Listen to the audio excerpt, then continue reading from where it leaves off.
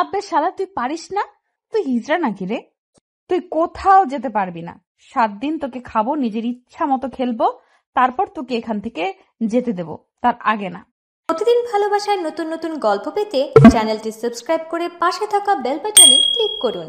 শরীর দেখে তো মনে হয় আমাকে খুব মজা দিতে পারবি, বাট তুই তো আমার কিছু বাল করতে পারলি না। সরি আপু, আমি এটার জন্য প্রস্তুত ছিলাম না। আর আপনি আমাকে এভাবে অত্যাচার করবেন আমি কখনো কল্পনা করতে পারিনি। কিসের সরি আর কিসের অত্যাচার? তুই মজা পাসনি শালা।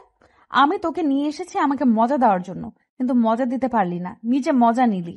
আমি গ্রাম থেকে এসেছি, আপনারা শহরের মেয়েরা যে এত বজ্জাত, এত খারাপ, এত লজ্জাহীন আমি শুনেছি।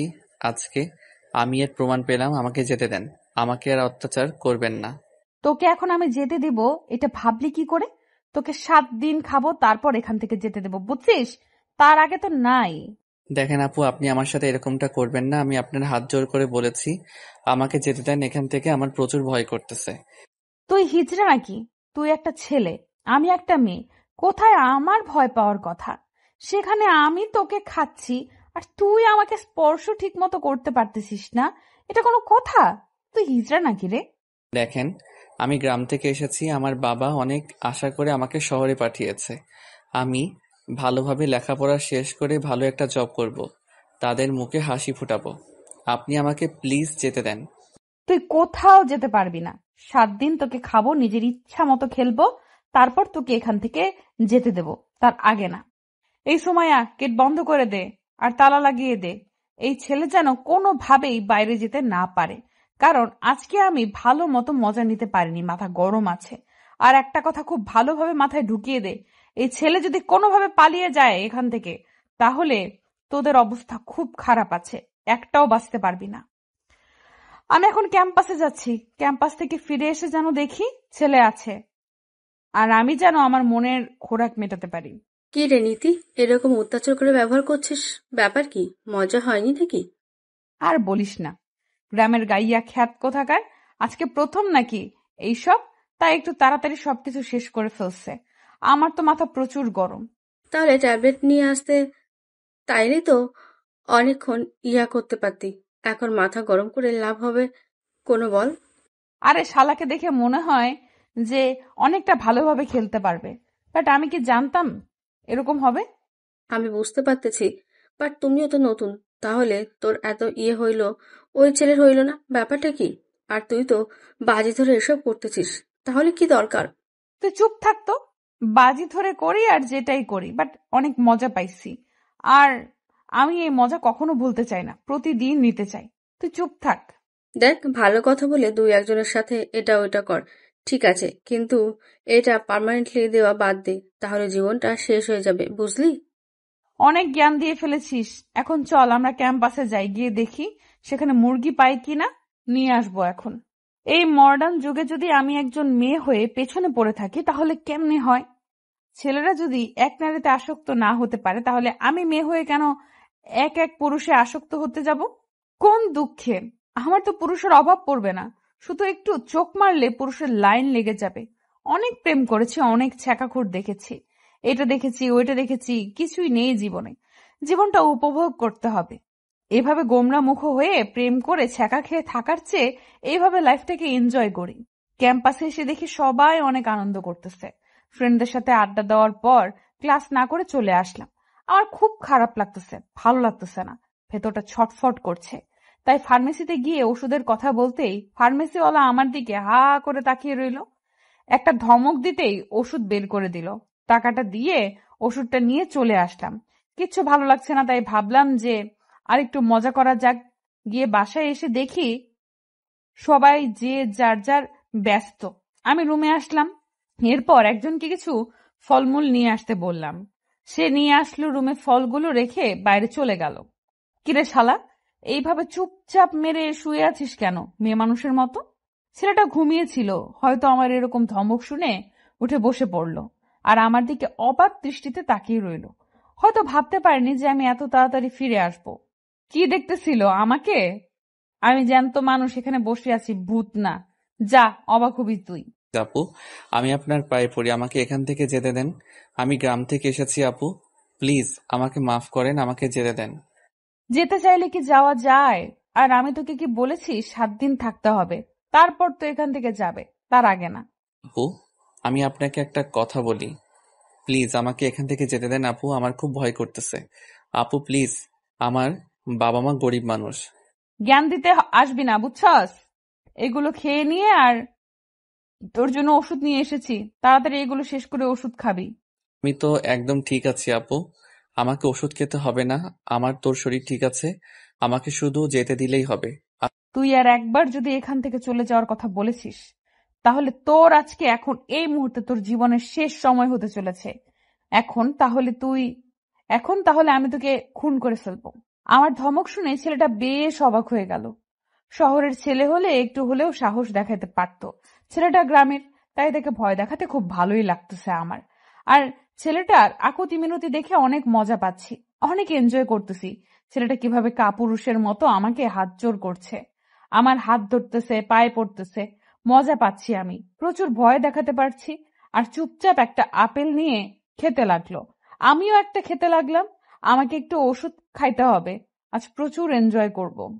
ছেলেটা খাচ্ছে আর আমার দিকে তাকিয়ে আছে, মনে হচ্ছে যে আমাকে ভূত দেখার মতো। আমিও আর ভয় দেখাইলাম, তেমন ভাবে শান্ত চোখে তার দিকে কিছুক্ষণ তাকিয়ে রইলাম। ছেলেটা একটু নির্ভয়ে খাওয়া দাওয়া শেষ করে আমি ছেলেটাকে জোরপূর্বক ওষুধ খাওয়াই দিলাম। খেতে চাচ্ছিল না, আর শিক্ষিত ছেলে তো দেখেই বুঝতে পেরেছিল সেটা কি। আচ্ছা, আপনি কেন আমার সাথে এরকম করতেছেন? আমি বুঝতেছি না, আমি কি ভুল করছি যার জন্য আমাকে এত বড় শাস্তি দিচ্ছেন? আপনি এত বড় পাপ কাজ করাচ্ছেন আমাকে দিয়ে। দেখ, আমিও প্রথমবার, আমারও মন চাচ্ছিল করার, তাই করতেছি। আর বিশ্বাস কর, প্রথমে যখন ওইটা করেছিলাম অনেক মজা পাইছি, তাই কিছু ভালো লাগতেছে না, এখন পুরো মজাটা আমাকে নিতে হবে।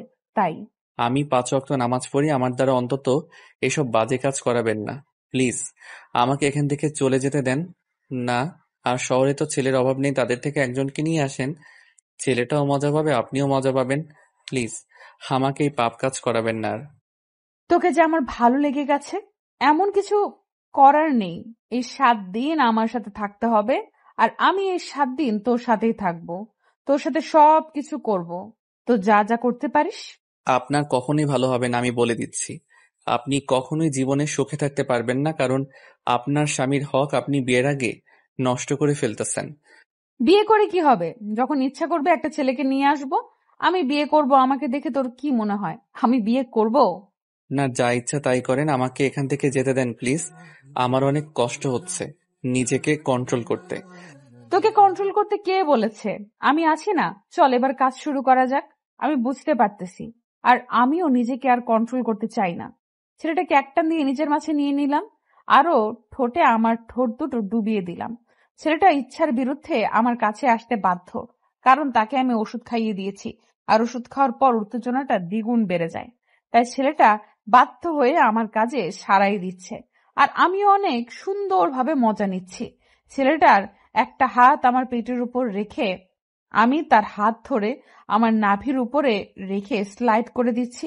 প্রচুর মজা লাগতেছে। আসলে এই দৃষ্টিতে এত মজা শুধু বিবাহিত বান্ধবীদের কাছ থেকে শুনেছি, বাট আজকে তার বাস্তব রূপ। বিশ্বাস করেন, বিয়ে করে জীবনটা কষ্ট পাওয়ার থেকে এইভাবে এনজয় করা অনেক ভালো। সব বাধা বিপত্তি পেরিয়ে ছেলেটাকে একেবারে নিজের আপন করে নিলাম। কিছুক্ষণ পর আমি ছেলেটা আমাকে ছেড়ে দিতে যাচ্ছিল না, তার মানে ছেলেটা এখন তো আর বেস্ট মুডে আছে। আমি আমার বেস্ট ফ্রেন্ড ফিরে গেলাম, আর দুজনে অনেক মজা করলাম, আর কিছুক্ষণ বাদে দুজনে শুয়ে পড়লাম। আমি ছেলেটার বুকে মাথা রাখলাম, আর ছেলেটা কিছুক্ষণ পর আমাকে সরিয়ে দিয়ে অন্য সাইডে গিয়ে শুয়ে পড়ল। আপনি আমাকে দিয়ে আর কত জঘন্য কাজ করাবেন? আমি এরকম কোনো কিছু করতে চাই না, প্লিজ আমাকে যেতে দেন। তুই এত ভালো খেলতে পারিস, আর আমি তোকে ছেড়ে দিব সেটা কিভাবে ভাবলি? কখনোই না। আপনি বিশ্বাস করেন আমাকে এখন এখান থেকে যেতে হবে। আপনি যদি এখন যেতে না দেন তাহলে আমি নিজেকে শেষ করে ফেলবো। তাতে আমার কোনো কিছু যায় আসে না, তোর বাবা মাকে কে দেখবে?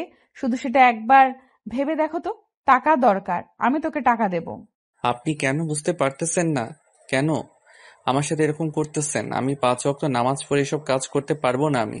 তোর এই দেমাগ যত বেশি দেখাবি, তত বেশি দিন তোকে এখানে থাকতে হবে। তাই আমাকে দেমাগ দেখাতে আসবি না। আমি কি করলে এখান থেকে দ্রুত চলে যেতে পারবো 2-1 দিনের মধ্যে আপনি বলেন। আপনার গোলামি করলে না কি করলে আমি সেটাই করব। আর বাট আমাকে 2 দিনের মধ্যে এখান থেকে যেতে দিতে হবে। তুই তো আমাকে ধমক দিচ্ছিস। বাহ, আমাকে হুমকি দিচ্ছিস 2 দিনের মধ্যে যদি যেতে না দে তাহলে কি করবি শুনি? আমি কোনো ধুমকি বা হুমকি করতেছি না। আমি আপনার কাছে উপায় জানতে চাচ্ছি। আপনি আমাকে প্লিজ বলবেন এটা। এটার কোনো উপায় নাই, আর তোকে এখানে থাকতেই হবে 7 দিন। আর 7 দিন পর রেজাল্ট আসবে, তুই যাইতে পারবি কিনা। মানে আপনি কি বোঝাতে চাচ্ছেন, কি বলতেছেন এসব? আমাকে 7 দিন পর যাইতে দিবেন না মানে কি বোঝাতে চাচ্ছেন? আপনি কি ঠিক আছেন না আপনার মাথা ঠিক আছে? আমাকে আমাকে এখন যেতে দিবেন এখান থেকে? চিল্লিয়ে কোনো লাভ নেই, তুই এই রুম থেকে বের হতে পারবি না, বুঝছিস? এখন তুই রুমে বন্দি থাক। আমি বাইরে যাচ্ছি, একটু পর আবার এসে দেখা হবে। ছেলেটাকে দেখে মায়া হচ্ছে, তাই সেখানে আর বেশিক্ষণ থাকতে পারলাম না। বেশিক্ষণ থাকলে আবার অতিরিক্ত মায়া লেগে যাবে, তার জন্য বাইরে চলে আসলাম। এত মায়াবী হলে তো চলবে না, নিজেকে কঠোর হতে হবে। বাইরে এসে সবাইকে যার যার কাজগুলো বুঝিয়ে দিলাম। আজকে কলেজেও যেতে ইচ্ছে করছে না, আর তাই আর গেলাম না কলেজে। কলেজ আমার বাবার, তাই আমার যখন খুশি আমি তখন যাই, কেউ আমাকে কিচ্ছু বলতে পারে না। আর আমার বাবা, আমি যেটা বলবো সেটা তো তাকে বিশ্বাস করতেই হবে, কারণ আমি তার বিশ্বাসটা সবসময় অর্জন করি। কিন্তু এই লাইনে প্রথমবার এসেছি, কেউ জানে না, শুধু 2-1টা ফ্রেন্ড জানে, বান্ধবী। কারণ ফ্রেন্ড সার্কেলকে যদি এসব না জানাই তাহলে একঘেয়েমি হয়ে যাবে, তাই তাদের কাছ থেকে একটু মজা পাওয়ার জন্য জানিয়েছি। শুনলাম তুই নাকি ইদানিং খুব খোরাক মেটাচ্ছিস নিজের। তোর কি হয়েছে? তোর লাগবে চলে আয় আমার বাসায়, তোকেও নিয়ে মজা করব। তোকে দেখে আমার মেয়ে মনে হয় না, বুঝছিস? তোকে দেখে আমার ছেলে মনে হয়। তাই তোর কাছে আমি যাব এটা ভাবলে কি করে? আর তোকে দেখে আমার হিজড়া মনে হয়, বুঝছিস? তোদের তো কোনো কিছু হবে না, তোমাদের তো কোনো কিছু হবে না, তাই তুই চুপচাপ থাক। এসব কথা বাদ দিবি? নিজেদের মধ্যে এত ঝগড়া করার কি আছে? আর তুই যেটা করছিস একটু ভেবেচিন্তে করিস, এটা কিন্তু মোটেও ঠিক হচ্ছে না। এখন তুই আমাকে জ্ঞান দিবি, তাই তো? আচ্ছা, তোর যত জ্ঞান দেওয়ার ইচ্ছে দিতে থাক, তাতে আমার কি? আমি তোকে জ্ঞান দিচ্ছি না, একজন বন্ধু হিসেবে তোকে যেটা আমার বোঝানো উচিত আমি তোকে শুধু সেটাই বোঝাচ্ছি। বিশ্বাস কর, অনেক মজা করছি। আর তুই চাইলে ট্রাই করে দেখতে পারিস কোনো একটা ছেলের সাথে। আমার লাগবে না, বিয়ে করব, স্বামীর সাথে সবকিছু করব, তখন মজাটা আরো অনেক বেশি পাবো। তখনও খোলামেলা ভাবে যা খুশি তাই করতে পারবো, কেউ কিছু বলতে পারবে না। কিন্তু এখন তোর মনে একটু ভয় আছে। তুই ভালো করে জানিস আমি কখনো ভয় পাই না। আর আমি তো খোলামেলা করতেছি, বাসায় নিয়ে এসেছি, সেখানে খাচ্ছি, ভালোই মজা পাচ্ছি। দেখ দোষ, ছেলেটার জীবনটা নষ্ট করতে তুই পারিস না, তাই না? আমি একটা ছেলে, হয়তো ছেলের মর্মটা বুঝতে পারতেছি। তাহলে তুই চলে আয়, আমি ছেলেটাকে ছেড়ে দিচ্ছি, তোর সাথে কয়েকদিন এনজয় করি। তোর কি হয়েছে বল? তোর এত পরিবর্তন, তোর মাঝে তো আগের এরকম ছিল না, তাহলে হঠাৎ করে এত পরিবর্তন? আমি লাইফটাকে এনজয় করতে চাই, বুঝছিস? এরকম বোরিং লাইফ আমার ভালো লাগে না, তাই আমি লাইফটাকে এনজয় করতেছি। অন্যভাবেও কিন্তু লাইফটা এনজয় করা যায়, বুঝছিস? দোস্ত, এভাবে না করলেও পারিস। আশিস একদম ঠিক কথা বলেছে, এইভাবে না করে অন্যভাবে করতে পারিস। আর বিয়ে কর, যদি এসব করে জীবনটা মজা নিতে চাস তাহলে বিয়ে কর, স্বামীর সাথে সবকিছু কর। আমি বিয়ে করব না, আমি এইভাবেই একটার পর একটা ছেলের সাথে মজা করব, তাতে ছেলেরাও মজা পাবে আর আমিও মজা পাইলাম। দেখ, তাহলে তোর জীবন কখনো সুখ আসবে না, বুঝেছিস? এমন এক সময় এমন ধোকা খাবি, সারা জীবন পস্তাবি। তাই বলতেছি, একটা সুন্দর ছেলে দেখে বিয়ে কর, তার সাথে সবকিছু করতে থাক। আঙ্কেলরাও খুশি, তুইও খুশি, আমরা সবাই খুশি।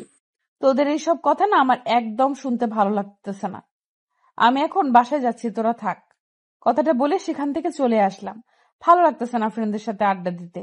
গেলাম কই একটু আমাকে নিয়ে মজা করবে, সেটা না করে তারা আমাকে জ্ঞান দিচ্ছে। এসব শুনতে ভালো লাগে কার? মাথা গরম হয়ে গেল। বাসায় চলে আসলাম। বাসায় এসে দেখি আব্বুকে দেখে তো আমি অবাক হয়ে গেলাম। আব্বু আবার এই সময় বাসায় কি করতেছে? ছেলেটাকে একবার দেখে ফেললে তো ঝামেলা দ্বিগুণ হয়ে যাবে। আমি কোনো কথা না বলে চুপচাপ সোজা গিয়ে আব্বুকে জড়িয়ে ধরলাম।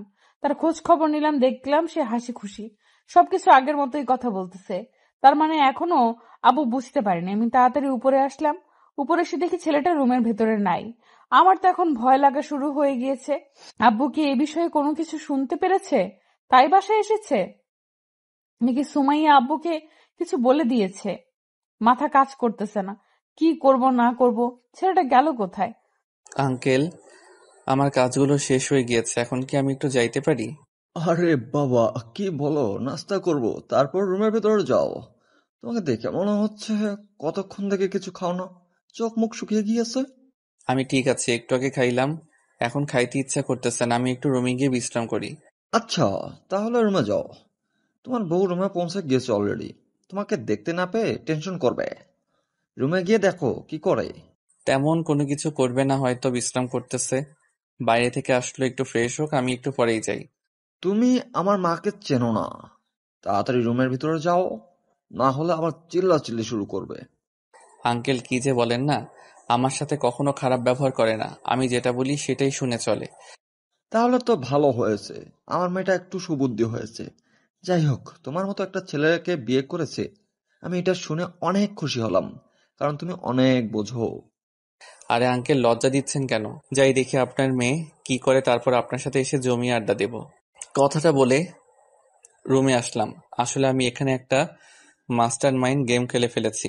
উনি যখন বাইরে গিয়েছে, আমি একজন গার্ডকে অনুরোধ করে ওনার সম্পর্কে সবকিছু শুনেছি। মেয়েটা নাকি আগে অনেক ভালো ছিল, ভদ্র ছিল, কোনো ছেলে বন্ধু ছিল না। হঠাৎ করে নাকি তার পরিবর্তন হয়ে গিয়েছে, সেটা কেউ জানে না।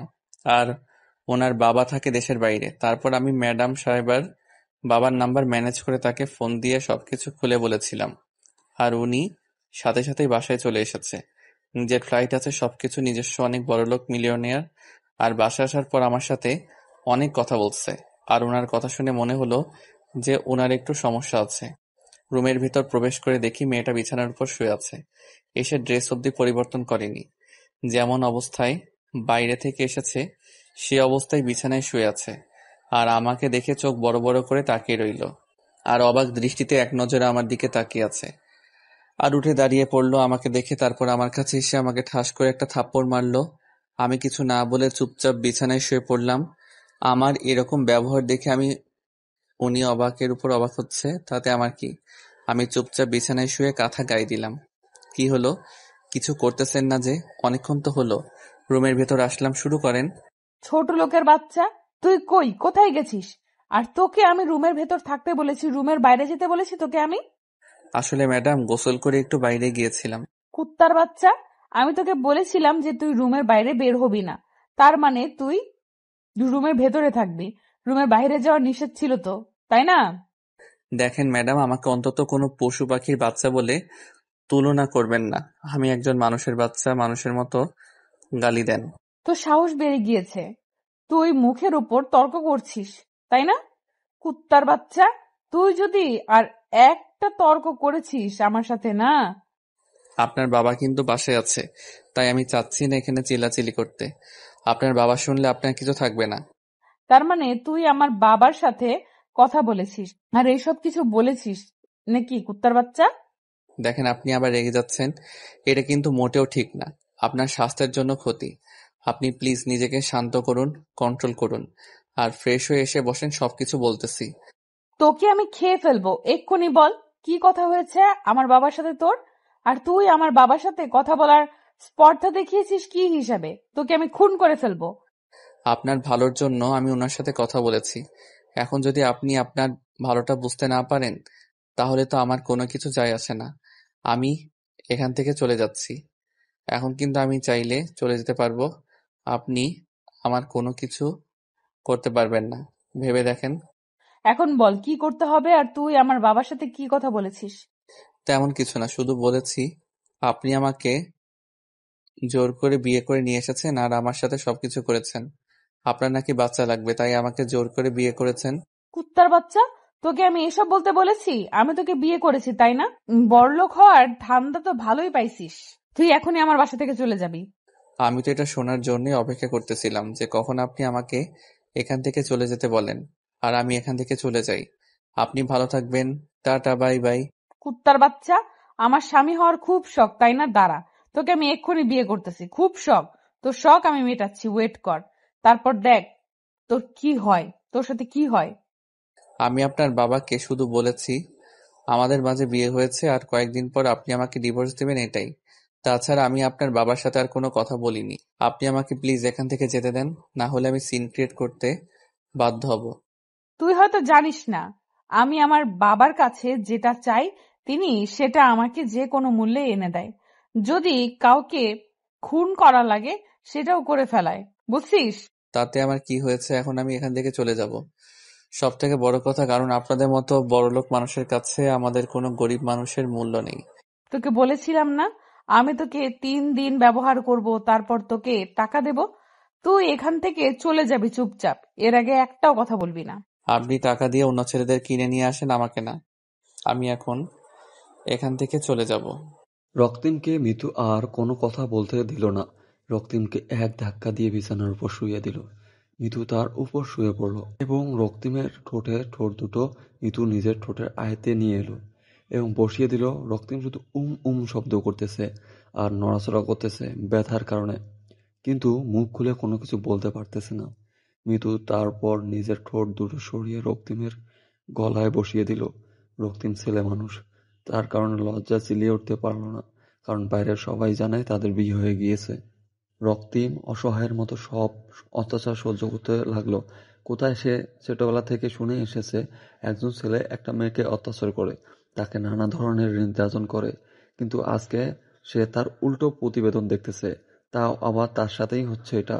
রক্তিম লজ্জার কারণে কোনো কিছু বলতে পারতেছে না, আবার শব্দ করতে পারতেছে না। আর এখন যদি এখানে চিল্লাচিল্লি করে, বাইরে থেকে লোকে আসবে আর তাকে নিয়ে আরো হাসা ঠাট্টা করবে। আর এদিকে মিতু তার চাহিদা মেটানোর জন্য ব্যস্ত হয়ে গেল। আর একটু পর রক্তিম নিজেকে আর কন্ট্রোল করতে পারল না, পাগল হয়ে গেল মিতুর ভালোবাসায়। আর মিতুর ফিগারে বেশ কিছুক্ষণ পর রক্তিমকে ছেড়ে দিয়ে মিতু আবার এক সাইডে শুয়ে পড়ে। আর রক্তিম এর দিকে মায়াবী দৃষ্টিতে তাকিয়ে রইল। মিতু নিজেই জানে না কেন এরকম করতেছে। কেন আপনি এরকম করতেছেন? কেন নিজের জীবনটা এইভাবে শেষ করতে চান বলেন তো আমাকে? জ্ঞান দিতে আসবি না, আমার যেটা খুশি আমি সেটাই করব। তুই চুপচাপ, আমি যেটা বলবো সেটাই করবি। আপনার কিন্তু বোঝার বয়স হয়েছে, এসব করা কিন্তু মোটেও ঠিক হচ্ছে না। আমরা মুসলিম, আমাদের পরপারে হিসাব দিতে হবে। আপনি প্লিজ একটা বিয়ে করেন আর বৈধভাবে এসব করেন, অনেক মজা পাবেন। এখন চুপচাপ এখানে ঘুমিয়ে থাক, আমাকে ঘুমাতে দে, ঘুম পাচ্ছে আমার। আর কোনো কথা বলতে চাই না আমি। প্লিজ আমাকে এখান থেকে চলে যেতে দেন, আমার ভালো লাগতেছে না, আমার দম বন্ধ হয়ে আসতেছে। আমি কখনো এরকম রুমে বন্দি হয়ে থাকিনি। এখন আমার ঘুম পাচ্ছে, একদম ডিস্টার্ব করবি না। ঘুম থেকে উঠে তোকে নিয়ে করতে বাইরে যাব, রাতে সাহস করে দেখাবো, অনেক মজা পাবি। এখন চুপচাপ ঘুমিয়ে পড়। কেন আপনি আমার সাথে এরকম অত্যাচারমূলক ব্যবহার করতেছেন? আমি কি ভুল করেছি? আমি শহরে এসেছি পড়াশোনা করার জন্য। তোকে পড়াশোনা করতে কে বারণ করেছে শুনি? তুই পড়াশোনা কর, বাট আমার সাথে তোকে থাকতে হবে। আমি এখন আমার ক্যাম্পাসটা পছন্দ করে দেখতে পেলাম না, আর আপনি বলতেছেন আমি পড়াশোনা করব? আমি প্রথম দিন এসে কত ইচ্ছা ছিল যে আমি সবার সাথে পরিচয় হব, নতুন শহরে এসেছি, নতুন ভার্সিটি, নতুন ক্যাম্পাস, অনেক জমি আড্ডা দেব, কিন্তু আপনি আমার সবকিছু ধূলিসাৎ করে দিলেন। আচ্ছা, তোকে আমি কালকে তোর ক্যাম্পাসে নিয়ে যাব। এখন বল, কারমাইকেল কলেজ নাকি বেগম রোকেয়া বিশ্ববিদ্যালয়ে আছিস তুই? আমি বেগম রোকেয়া বিশ্ববিদ্যালয় ইকোনমিক ডিপার্টমেন্টের। আচ্ছা, তাহলে এখন চুপচাপ আমাকে ঘুমাতে দে, আর তুই না ঘুমালে যা খুশি তাই কর, কিন্তু রুম থেকে বেরিয়ে যাবি না, রাতে ঘুরতে যাব।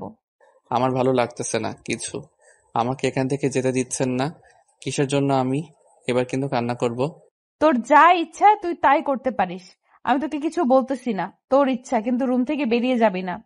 কথাটা বলে মিতু ঘুমিয়ে পড়ার ভান করে শুয়ে রইল। আর মিতুর একটু ক্লান্তি লাগতাছে, তার জন্য সে একটু ঘুমানোর চেষ্টা করতেছে। আর এদিকে রক্তিম বেচারা কি করবে না করবে বুঝতেই পারতেছে না। মিতুকে বোঝানোর চেষ্টা করতেছে, কিন্তু মিতু কোনোভাবেই বোঝার চেষ্টা করতেছে না। তারপর রক্তিম চুপচাপ চোখ দুটো বন্ধ করে ভাবতে লাগলো, তার বাবা মার স্বপ্ন, তার ইচ্ছা সবকিছু শেষ হয়ে যাচ্ছে দিনের পর দিন। কেন যে সে এ শহরে আসলো আর কেন যে এই মেয়ের হাতে পড়লো সেটা ভাবতেই খুব খারাপ লাগছে রক্তিমের। রক্তিম সাদামাটা একটা ছেলে, গ্রাম থেকে এসেছে, শহরে কিছু বোঝে না, আর হুট করে এসে মিতুর পাল্লায় পড়ে সবকিছু তার ওলটপালট হয়ে যাচ্ছে। এসব ভাবতে ভাবতে রক্তিম আর মিতু দুজনেই ঘুমিয়ে পড়েছে। তারা নিজেই বুঝতে পারেনি আজ সন্ধ্যা সময় আশিস আর সুমাইয়া দুজনে ক্যাম্পাসে আড্ডা দেওয়ার জন্য বেরিয়ে পড়েছে। তারা দুজনে মিতুকে অনেকবার ফোন করেছিল, কিন্তু আমি তোর ফোন ধরবে কি মিতু ঘুমিয়ে পড়েছে, তাই তারা বিরক্ত হয়ে আমাকে ফোন দেয়া অফ করে দিল।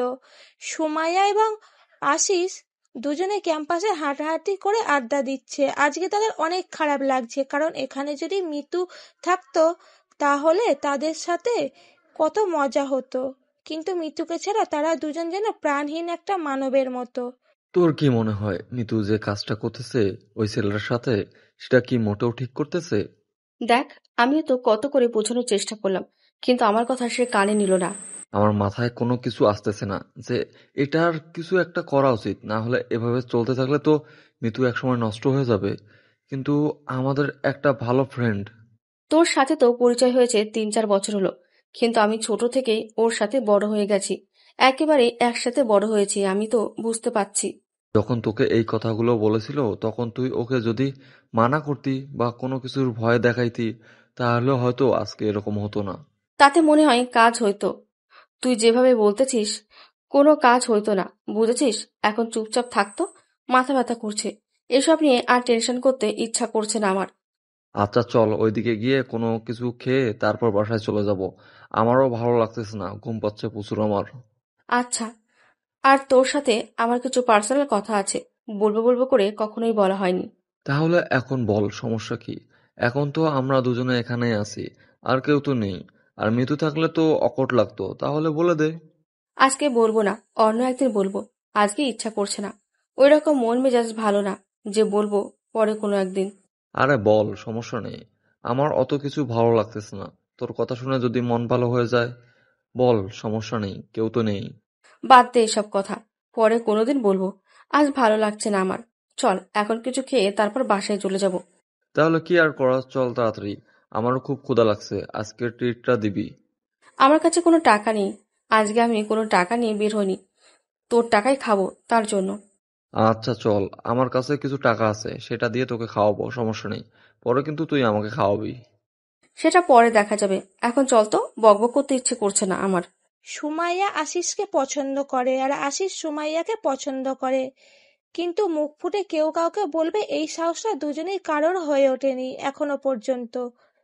আর এই বিষয়টা মিতু একটু খেয়াল করেছিল, কিন্তু পরে ভেবেছে ফ্রেন্ড তাদের মাঝে একটু হালকা পাতলা হয়তো ভালো লাগতেই পারে, বাট এটা নিয়ে বেশি কথা বলেনি মিতু। আর আজকে সুমাইয়া ভাবলো যে আশিসকে কথাটা বলে দিলে ভালো হয়, বাট পরে আর সাহস হয়ে উঠল না যে আশিস কি বলবে, তার জন্য আশিস কিনা বলে। এখন সেখানে চলে যাচ্ছে, আর এদিকে হুট করে মিতুর ঘুম ভেঙে গেল, আর ফোন হাতে নিয়ে দেখে সুমাইয়া আর আশিস তাকে অনেকবার ফোন করেছিল। ঘরের দিকে তাকিয়ে দেখে সন্ধ্যা পার হয়ে গিয়েছে, 7টা বাজে। মিতু ফোন ব্যাক না করে ফ্রেশ হওয়ার জন্য বাথরুমে গেল, তারপর ফ্রেশ হয়ে বেরিয়ে আসলো। এসে দেখে রক্তিম এখনো ঘুমিয়ে আছে। ঘুমন্ত অবস্থায় রক্তিমকে দেখতে পেয়ে মিতু আবারও তার উপর একটু দুর্বল হয়ে পড়ল। মিতু রক্তিমের কাছে এসে রক্তিমের ঠোঁটে নিজের ঠোঁট দুটো একটু স্পর্শ করে দিল, আর তখনই রক্তিম নড়াচড়া করে উঠল।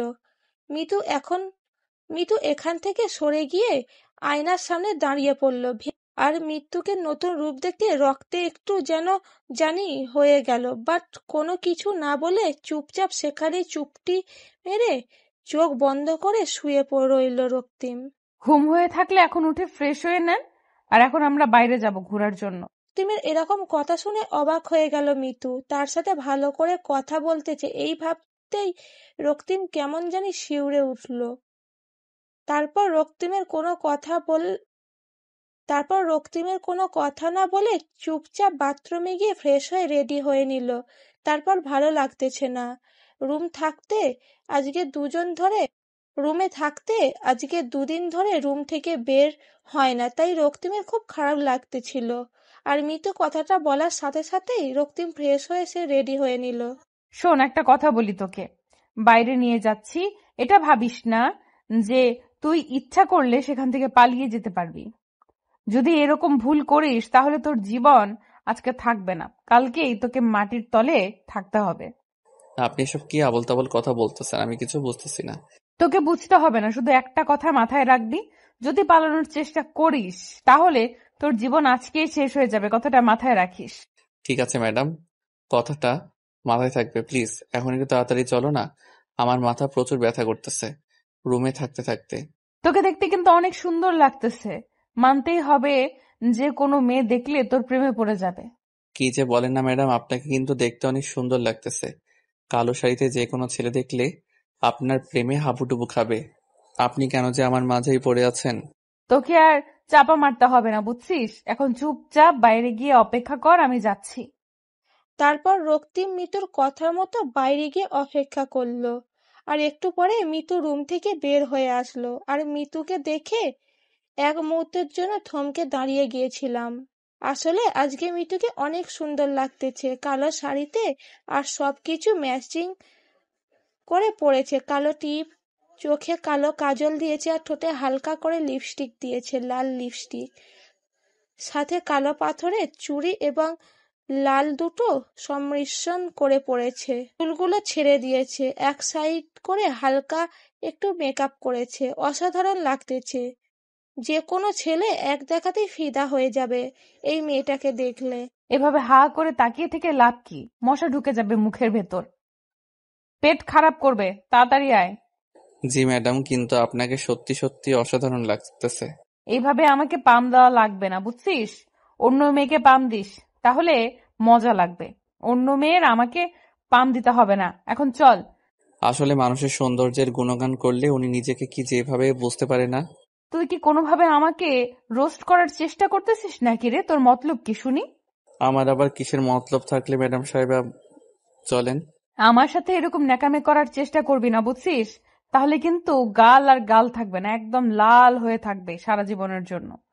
সরি ম্যাডাম, আমার ভুল হয়ে গেছে, মাফ করে দেবেন। আমি গরিব মানুষ, বুঝতে পারিনি, অতিরিক্ত কথা বলে ফেলেছি। কুত্তার বাচ্চা, আমি ভালো করে জানি তুই গরিব মানুষ, বারবার বলতে হবে না। এখন চুপচাপ চল আমার সাথে। রক্তিম খুব ভালো করে বুঝতে পারলো এখন আমরা যদি কথা বেশি বলি তাহলে তাকে আবার থাপ্পড় খাইতে হবে। তাই চুপ করে গেল আর মিতুকে ফলো করতেছে। রক্তিম এমনিতে যেদিকে যাচ্ছে রক্তিম পিছনে পিছনে যাচ্ছে।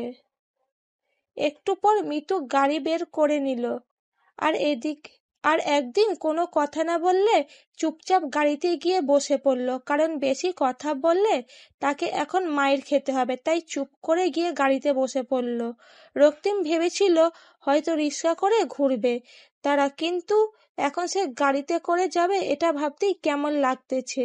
তার রিক্সাতে যদি ঘুরতে পারতো এরকম একটা সুন্দরী রমণীর পাশে, তাহলে রক্তিম নিজেকে ধন্য মনে করত।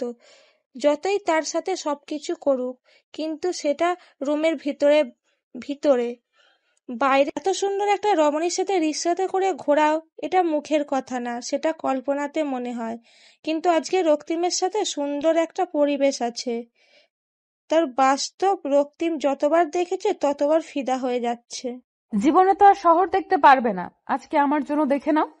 কথাটা অবশ্য ঠিক বলছেন।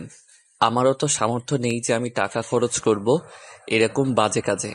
তোদের মতো গরিবদের কাছে তো এটা বাজে কাজ হতে পারে। তোরা তো কখনো নিজের মনের ফিলিংসটা বুঝিস না। এসব কথা বাদ দেন, এখন আমাকে কি করতে হবে সেটা বলেন। আপনার সাথে আর কি কি করতে হবে আমাকে? যেরকম আছিস চুপচাপ সেরকম থাকবি। এত কথা বলতে বলেছি? আমি যেখানে যাচ্ছি তুই আমার সাথে থাকবি, ঝামেলা শেষ। দেখেন, আজকে অনেক দিন হয়ে যাচ্ছে আমি আমার বাবা মার সাথে কথা বলতেছি না। তারা হয়তো আমার জন্য কান্নাকাটি করতেছে। প্লিজ একটু কথা বলতে দেন ওদের সাথে আমাকে। আমি যেটা বলেছি সেটাই হবে। 7 দিন পার না হওয়া পর্যন্ত আমি তোকে তোর বাসায় কথা বলতে দিব না। আজকে আমি গরিব, তাই আমার সাথে যা পাচ্ছেন তাই অত্যাচার করতেছেন, কিন্তু আমিও একদিন অনেক বড়লোক হব, সেদিন আপনাকে আমি কিনে রাখবো। ভালো কথা, আমার উপর যদি জিদ করে বড়লোক হতে পারিস তাহলে তো ভালোই হবে। দেখেন, ভালো হবে না বলে দিচ্ছি। আমার কোনো কিছু ভালো লাগতেছে না। কেন আপনি আমার সাথে এরকম করতেছেন? বেবি প্লিজ একটু শান্ত হও, না হলে কিন্তু এখানে তোমার সাথে রোম্যান্স করা শুরু করে দেব। আমার তো লজ্জা নাই, তুমি আবার। প্লিজ এরকম কোনো কিছু করবেন না। আমি এটার জন্য মোটেও প্রস্তুত না। আমি এখান থেকে নেমে যাব। বেবি, সেই সাহস তো তোমার হয়নি এখনো। তুমি এখান থেকে যদি লাফ না দাও, তোমাকে লাশ হয়ে ফিরে যেতে হবে তোমার গ্রামে। এই কথাটা মাথায় রাখিও। রক্তিম আর কোনো কথা বলার সাহস পেল না। মিতু যখন যেটা মন চাইছে সেটাই করতেছে। তারপর অনেকক্ষণ ঘোরাঘুরি শেষ করে মিতু অনেক ক্লান্ত। এখন তাকে বিশ্রাম নেওয়া অনেক প্রয়োজন। আর এদিকে রক্তিমের অবস্থা শেষ। কি বলবো তাকে নিয়ে? তার তো দেখার মতো অবস্থা হয়ে আছে। কি একটা বাজে সিচুয়েশনে ফেসে গিয়েছে। কিছু বলতে পারছে না, কিছু করতেও পারতেছে না। তারপর মিতু রিকশাওয়ালাকে বলল তাদের বাসার সামনে নামিয়ে দিতে। আর সেই কথা শুনে রক্তিম মনে মনে একটু খুশি হলো। যাই হোক, তাকে হয়তো বাহিরের অত্যাচার সহ্য করতে হবে না। খুব ক্লান্ত লাগতেছে রক্তিমের, তাই রক্তিম মনে মনে একটু খুশি হলো। তারপর রিকশাওয়ালা এসে মিতুদের বাসায় ওদের দুজনকে নামিয়ে দিয়ে চলে গেল। আর মিতু এবং রক্তিম দুজনের বাসার ভিতরে প্রবেশ করে দেখে মিতুর আব্বু সেখানে কয়েকজন গণ্যমান্য ব্যক্তির সাথে ব্যবসার কাজে নিয়ে আলাপ করতেছে। মিতু আর রক্তিম উপরে চলে আসলো। এখন আমি গোসল করব, একটু পানি তুলে নিয়ে আয়। আমি একটু পর বাথরুমে যাব। আমার না খুব ক্লান্ত লাগতেছে, একটু পরে যাই। আমার একটু বিশ্রাম নেওয়া প্রয়োজন, এখন খুব মাথাটা ধরেছে আমার।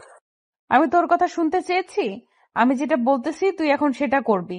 পানি তুলে রেখে আয়, তারপর বিশ্রাম করবি। আমি গোসল করব, আমার ক্লান্ত লাগতেছে। আজকে গরিব বলে আপনার সব কথা আমি মাথায় পেতে নিচ্ছি, বুঝছেন? আজকে যদি আমার টাকা থাকতো না, তাহলে হয়তো আমাকে এই কষ্ট সহ্য করতে হতো না। আজকে গরিব বলে সব কষ্ট মুখ বুজে সহ্য করে নিচ্ছি। তোর এত কথা শোনার মতো সময় নাই। আমি যেটা বলছি সেটা কর। এখন এত বকবক করতেছিস কিসের জন্য? নাকি কিছু করব এখন তোকে? রক্তিম বাধ্য ছেলের মতো কাজ করতে চলে গেল। আর এদিকে মিতু বিছানায় শুয়ে পড়ল বিশ্রাম করার জন্য। আর এদিকে আশিস এবং সুমাইয়া আজকেও তারা দুজনে বিকেলে এক জায়গায় বসে আছে। কেউ কোনো কথা বলতেছে না, চুপচাপ একে অন্যের দিকে তাকাচ্ছে, আবার চোখ নিচু করে নিচ্ছে। দুজন দুজনকে ভালোবাসে, কিন্তু কেউ আগে প্রকাশ করতে পারতেছে না। দুজনের মাঝে একই রকম অনুভূতি কাজ করতেছে। তাদের মাঝে একটা বাধা বিপত্তি কাজ করতেছে, বলবে কি বলবে না। তাদের মধ্যে একটা জড়তা কাজ করতেছে। কি হলো?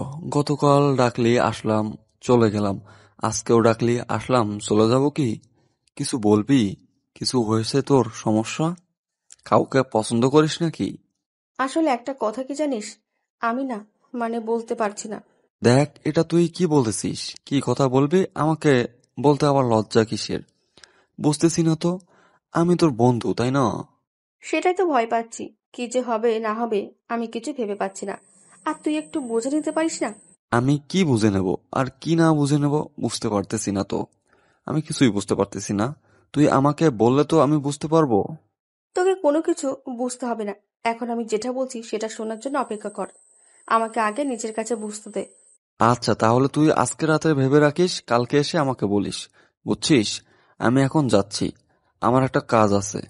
কোনো মেয়ের দেখা করতে যাবি নাকি? এত তাড়া দিচ্ছিস, ব্যাপার কি? আসলে ফেসবুকে একটা মেয়ের সাথে পরিচয় হয়েছে, আজকে নাকি ক্যাম্পাসে আসবে আমাদের। ওর সাথে একটু দেখা করতাম আর কি। কি বলতেছিস? কোন মেয়ে, আর কোথায় বাড়ি, আর কোন ক্লাসে পড়ে? তোর সাথে দেখা করবি কিসের জন্য? আমি কি জানি, আমাকে বললো দেখা করার কথা। আর আমি কি বলবো? আমি বললাম ঠিক আছে, আজকে দেখা করব। এবার সুমাইয়া অনেকটা ভয় পেয়ে গেল। না জানি আশিস আবার ওই মেয়ের প্রেমে হাবুডুবু খায়, না তো আবার ওই মেয়ে আবার আশিসকে পছন্দ করে। সুমাইয়া কিছুই ভাবতে পারতেছে না। এবার আশিসকে না বলে দিলে যদি আশিস আবার অন্য কারো হয়ে যায়, সুমাইয়া জীবনে নিজেকে ক্ষমা করতে পারবে না, কারণ এতটা ভালোবাসায় আশিসকে। সুমাইয়া সেই প্রথম থেকে পছন্দ করত, কিন্তু কখনো বলতে পারেনি। আজকে যদি না বলে, যদি আশিস অন্য কারো হয়ে যায়, সুমাইয়া সারা জীবন কান্না করবে। সেজন্য তার থেকে এখন তাকে সাহস করে বলতেই হবে। আশিস, আমি তোকে ভালোবাসি। আমি জানি তুই আমাকে ভালোবাসিস, তোর মুখ থেকে এই কথাটা শোনার জন্য একটু মিথ্যা বললাম। আমি কোনো মেয়ের সাথে দেখা করতে যাচ্ছি না। ফেসবুকে কোনো মেয়ের সাথে আমি কথা বলি না। খুত্তা, তুই আমাকে আগে বলবি না? আমি তো ভয় পেয়ে গেছিলাম, যদি অন্য কোনো মেয়ে তোর জীবনে আসে আমি নিজেকে কন্ট্রোল করতে পারবো না। কতদিন ধরে এই ভালো লাগা ভালোবাসা শুরু হলো? আর কেমনে কি আমার মতো এত বাজে একটা ছেলেকে কেমনে ভালোবাসতে পারলি তুই? বাজে তাই ভালোবাসি, ভালো হলেই ভালোবাসতাম না, বুঝছিস? ডায়লগ মাইরি। এখন চল তাহলে, আমাকে কিছু খাওয়াবি তুই। কুত্তা, ফকিরের মতো কথা বলিস না তো। এখন চল, তুই আমাকে খাওয়াবি। আমি তো প্রতিদিন তোকে খাওয়াই, তাই না? এখন থেকে তোকে আরো বেশি খাওয়াতে হবে, কারণ আমি বেকার, আমার কোনো চাকরি নেই, কোনো কিচ্ছু নেই। আর তোর বাপের অনেক টাকা আছে, বুঝছিস? তো সেই টাকা থেকে আমাকে এখন থেকে কিছু খাওয়াতে পারিস। দেখ, ভালো হবে না বলে দিচ্ছি। আমাকে নিয়ে এভাবে মজা করবি না। এখন তো একটা জবের জন্য ট্রাই কর, বিয়ে করব। আজকে প্রপোজ করলি, আজকেই বিয়ের কথা বলতেছিস? দু একদিন প্রেম তো করতে দিবি, তাই না? আমি নিতুর মতো বেহায়া না যে ভালোবাসি আর বিয়ের আগে সবকিছু শেষ করলাম, বিয়ের পর কোনো মজা পাইলাম না। আমি সেটা চাই না। আমি চাই বিয়ের পর তোর সাথে সব ধরনের আমি মজা করতে। আচ্ছা হইছে, এখন আর রাগ দেখাতে হবে না। আমি একটা জবের জন্য অ্যাপ্লাই করছি অলরেডি, দেখি কি হয়। আমাকে কখনো ছেড়ে যাবি না তো? কারণ হয়তো আমি মেয়েটা একটু আনরোমান্টিক, বাট চাইলেও ছেড়ে দিতে পারবো না, কারণ আমিও অনেক আগে থেকে তোকে পছন্দ করতাম, বাট কখনো বলতাম না। আমি জানি তুই আমাকে পছন্দ করিস, আমি চাইছিলাম তুই আগে আমাকে বল। কুত্তা কোথাকার! তুই বলে এতদিন কি হইতো, এতদিনে হয়তো আমরা বিয়ে করে ফেলতে পারতাম, তাই না? তার জন্যই তো একটু জবের জন্য দৌড়াদৌড়ি করতেছি, কাউকে বলিনি, আজকে তোকে বললাম। এবার হয়তো চাকরিটা হয়ে যাবে, কারণ এবার অনেক ভালোভাবে সবকিছু রেডি করে নিয়েছি। তারপরও তারা দুজন খুনসুটি গল্প করতে করতে একটা রেস্টুরেন্টে চলে আসলো। রেস্টুরেন্টে এসে খাবার অর্ডার দিল দুজনে, একসাথে অনেক এনজয় করলো, অনেক মজা করলো, তাদের ভালোবাসার প্রথম দিনে স্মৃতিচারণ করে রাখলো। আর এদিকে মিতু এবং রক্তিম দুজনেই একদম ফ্রেশ হয়ে মিতু শুয়ে আছে বিছানায়, রক্তিম সোফার ওপর শুয়ে আছে, কেউ কারোর সাথে কোনো কথা বলতেছে না। দুজনেই মোবাইল ঘাটাঘাটি করতেছে। রক্তিমের কাছে মোবাইল আছে ঠিকই, কিন্তু সিম কার্ড খুলে নিয়েছে মিতু, কারোর সাথে যেন যোগাযোগ করতে না পারে তার জন্য। কিরে, কোন মেয়ের সাথে চ্যাটিং করতেছিস এত মন দিয়ে? আর মুচকি মুচকি হাসি দিচ্ছিস, ব্যাপার কি? আসলে আমার স্কুল লাইফের বেস্ট ফ্রেন্ডের সাথে কথা বলতেছি। অনেক ভালো সম্পর্ক ছিল আমাদের। আমার বাসায় আছিস, আমার খাচ্ছিস, আমার পড়ছিস, আমার টাকায় ঘুরছিস, আর অন্য মেয়ের সাথে কথা বলবি কিসের জন্য? বলছি না এই 7 দিন কারোর সাথে কথা বলতে পারবি না তুই? মেয়েটার বিয়ে হয়ে গিয়েছে, তার সংসার জীবনের কিছু কথা আমার সাথে শেয়ার করতেছে। আমি তার সাথে প্রেম করতেছি না, বুঝেছেন? অন্যের সংসার জীবনের কথা শুনে তুই কি করবি? তুই কি তার সংসারে গিয়ে কাজ করে দিবি? আপনার মাঝে কোনো মনুষ্যত্ব আমি দেখতে পাচ্ছি না, বুঝতে পারছেন? আপনি কখনো মানুষ হতে পারবেন না। কুত্তার বাচ্চা, তোর কত বড় সাহস তুই আমাকে বলতেছিস আমি কখনো মানুষ হতে পারবো না? আমার বান্ধবীর সাথে আমি কথা বলতেছি, তার সংসার জীবন নিয়ে, তার সুখ দুঃখের কথাগুলো আমি শুনতেছি। তার হালকা লাগবে, কারণ সে আমার সাথে সব কথা শেয়ার করে। যা, ওর স্বামীর কাছে যা, তুই যা ওর স্বামীর সাথে সংসার কর। হয়তো আপনি কারো ভালো বন্ধু হতে পারেননি, তার জন্য আপনারই ভুল ধারণাটা, বুঝছেন? যদি সত্যি আপনি কারো ভালো বান্ধবী হতে পারতেন, তাহলে আপনার এই ভুল ধারণাটা থাকতো না। আজকে তো খুব বড় বড় কথা বলেছিস, ব্যাপার কি তোর? তোকে কি আমি এখন পিটাবো? আঙ্কেল কিন্তু বাসায় আছে, বুঝছেন? আর সাথে মেহমান আছে। আমি চাই না এখন কোনো সিন ক্রিয়েট করতে। তোকে এখন কোনো কিছুই বলবো না, রাত হোক তারপর দেখ আজকে তোকে আমি কি মজাই না দেখাই। তোকে যে কি পরিমাণ অত্যাচার করব আজকে! আপনি কত ছোট মনের মানুষ, বুঝছেন? আপনাকে আমি না দেখলে বুঝতেই পারতাম না আমার মতো একটা গরিব ছেলেকে তুলে নিয়ে এসে তার সাথে সবকিছুই করতেছেন। আপনি যদি ভালো মনের মানুষ হতেন, তাহলে এগুলো থেকে অনেকটা দূরে থাকতেন। আপনার যদি এসব করার ইচ্ছা থাকে, আপনার একটা মনের মানুষকে বিয়ে করেন, তার সাথে সারা জীবন সময় কাটান। দেখবেন যে আপনার জীবনের সেরা কিছু মুহূর্ত আপনার লাইফে চলে আসবে। এভাবে কিন্তু জীবন চলে না, বুঝছেন? আমাকে জ্ঞান দিতে আসবি না, বুঝছিস? তাহলে কিন্তু তোর ভালো হবে না, কথাটা মাথায় রাখিস। আমি খুব ভালোভাবে জানি আমার ভালো হবে না, তাই এসব বলতেছি। মিতু আর নিজেকে কন্ট্রোল করতে পারল না, উঠে গিয়ে রক্তিমের ঠোঁট নিজের ঠোঁট দুটো বসিয়ে দিল। রক্তিমের ঠোঁটে ইচ্ছে মতো কামড় বসিয়ে দিতে লাগলো, রক্তিমের গলায় কামড় বসিয়ে দিতে লাগলো এবং বুকে আঁচড় দিতে লাগলো, যাতে করে রক্ত বের হয়। আর রক্তিমের অনেক কষ্ট হয়, অনেক যন্ত্রণা হয়। আমার ওইটা খাবেন না প্লিজ, আমার কষ্ট হচ্ছে। এটা খেলেই তো আমি বেশি মজা পাবো, এটা না খেলে তো আমি মজা পাবো না, বুঝছিস? তুই তো চুপচাপ করে থাক। আমি বুঝতে পারতেছি না আপনি কেন এত নোংরা কাজ করতেছেন, প্লিজ আমাকে ছেড়ে দেন। তুই চুপচাপ থাক আর নে, তুই এখন এই দুইটা খা, বুঝছিস? আমার পক্ষে সম্ভব না, আমি এত নোংরা কাজ করতে পারবো না, প্লিজ আপনি এখান থেকে সরে যান। ভালোই ভালোই বলতেছি, তাই গায়ে লাগতেছে না, তাই না? এখন যদি আবার বেশি রকম করে ফেলি তখন তো আবার সুসুর করে খাবি। আপনি এটা মোটেও ঠিক করতেছেন। আমার সাথে এর জন্য আপনাকে একদিন পস্তাতে হবে। সেটা পরে দেখা যাবে। এখন যেটা করতে বলছি সেটা কর, না হলে কিন্তু খুন করে ফেলবো। আমার হাতে দেখতে পাচ্ছিস সেটা কি? আজকে কিন্তু ৬ষ্ঠতম দিন। কালকে আমাকে প্লিজ বিদায় করে দিবেন। আমি এসব কাউকে বলবো না। আমি চলে যাব এই শহর থেকে। আচ্ছা ঠিক আছে, এখন তুই আমাকে মজা দিবি, আর যদি আমাকে ইচ্ছা মতো মজা দিতে পারিস তাহলে কিন্তু আমি তোকে কালকে ছেড়ে দিব। মিতু কথা শুনে রক্তিম একটু সাহস পেল। তারপর মিতুকে তার ইচ্ছে মতো আদর করতে লাগলো, যেটা আদর করলে একটা মেয়ে একদম মাতাল হয়ে যেতে পারে সেই লেভেলের আদর করতে লাগলো রক্তিম মিতুকে। মিতু অনেক মজা পাচ্ছে, তার ইচ্ছে করতেছে এখানে এসে হারিয়ে যেতে, এই সুখ থেকে যেন কখনো ফিরে না আসে। বেশ কিছুক্ষণ এভাবে তাদের রোমান্টিক মুহূর্ত পার করার পর রক্তিম মিতুকে ছেড়ে দিয়ে এক সাইডে গিয়ে বসে পড়ল আর চিন্তা করতে লাগলো যে কেন সে এত ভুল কাজ করতেছে। অনেক মজা হয়েছে জানিস, অনেক অনেক। আচ্ছা, তাহলে এখন আমি একটু বাইরে যাব। আমার কিছু ভালো লাগতেছে না। তারপর কালকে আমাকে প্লিজ যেতে দিয়েন। সেটা কালকে দেখা যাবে, আর এখন কোথাও বাইরে যাওয়া যাবে না তোর। আপনি কিন্তু আমাকে কথা দিয়েছেন, আর কথা দিয়ে প্লিজ অন্তত কথাটা রাখবেন আপনি। তুই কি আমাকে বিয়ে করবি? তাহলে আজকে তোকে আমি বিয়ে করতেছি কাজী অফিসে, চল। এসব আপনি কি বলতেছেন? আমি পারবো না আপনাকে বিয়ে করতে। প্লিজ আমাকে ছেড়ে দেন। আমি এসবের মাঝে নেই। আমি তো তোকে বিয়ে করব, তোকে ছাড়া তো অন্য কাউকে বিয়ে করব না। চল কাজী অফিস। আমাকে মাফ করবেন আপু, আমি পারবো না আপনাকে বিয়ে করতে। আমাকে ছেড়ে দেন প্লিজ। আমার সাথে এরকম করবেন না, তাহলে আমি আত্মহত্যা করতে বাধ্য হব। আমি কি তোকে ভালোবাসি? তুই আত্মহত্যা করতে চাইলে চুপ হয়ে যাই। তুই আত্মহত্যা করতে চাইলে চুপ হয়ে যাব। তোর যেটা খুশি সেটাই করবি, বিয়ে করব তোকে, এটাই ফাইনাল কথা। কেন আপনি আমার সাথে এরকম করতেছেন? আমার কি দোষ ছিল? আমি বাসায় যাব, প্লিজ আমাকে যেতে দেন। আমাকে বিয়ে কর, তোর বাসায় রেখে আসবো, সত্যি। আমি তোকে তোর বাসায় দিয়ে আসবো। না, আমি এটা করতে পারবো না। আমি আপনাকে বিয়ে করতে পারবো না। প্লিজ আমাকে যেতে দেন। কখনোই না। এখন যদি তুই যেতে চাস তাহলে আমি আব্বুকে বলে তোকে খুন করে সবকিছু ক্লিয়ার করতেছি, দাঁড়া। আমি বুঝতে পারতেছি না কেন আপনি আমার সাথে এরকম করতেছেন। আমি কি ভুল করেছি? আমি কি দোষ করেছি শুনি? আর একটা কথা যদি তুই আমার সাথে বলেছিস তাহলে কিন্তু তোর অবস্থা খুব খারাপ আছে।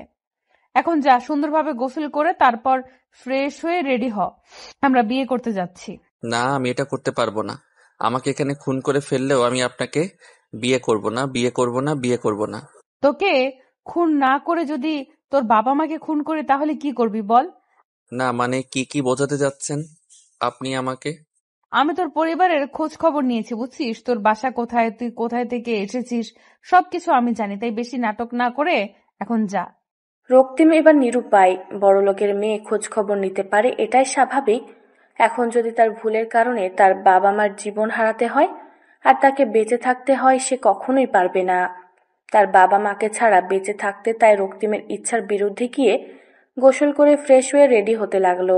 আর এদিকে মিতু গোসল করে বউয়ের সাজে সাজতে লাগলো। সবাই জিজ্ঞেস করতেছে যে কেন এত সাজুগুজু করতেছে, বলতেছে সে এমনিতেই ঘুরতে যাবে। সবাইকে তো আগে থেকেই বলা আছে যে এই ছেলের সাথে কিছুদিন টাইম পাস করবে, তারপর ছেড়ে দিবে। কিন্তু তার আব্বু জানে তারা বিয়ে করেছে। এদিকে আশিস এবং সুমাইয়া দুজনে আজকে সকাল সকাল ঘুরতে বের হয়ে গিয়েছে। গতকাল তাদের সুন্দর একটা রিলেশনশিপ শুরু হয়ে গিয়েছে, তাই সকাল সকাল আজকে দুজনে অনেক সুন্দরভাবে সাজগোজ করে বেরিয়ে পড়েছে সারাদিন ঘোরাঘুরি করার জন্য, একে অন্যকে সময় দেওয়ার জন্য। সুমাইয়া চুপ থাকতে থাকতে এখন তার খুব খারাপ লাগতেছে। আর এদিকে আশিস চুপচাপ শুধু শহরটা দেখে যাচ্ছে আর ভাবতেছে কখন চাকরিটা হয়ে যাবে তার। কি হলো, এইভাবে চুপ করে আছিস যে? ব্যাপার কি? কোনো কথা বলছিস না? মন খারাপ? আরে না, মন খারাপ হবে কিসের জন্য?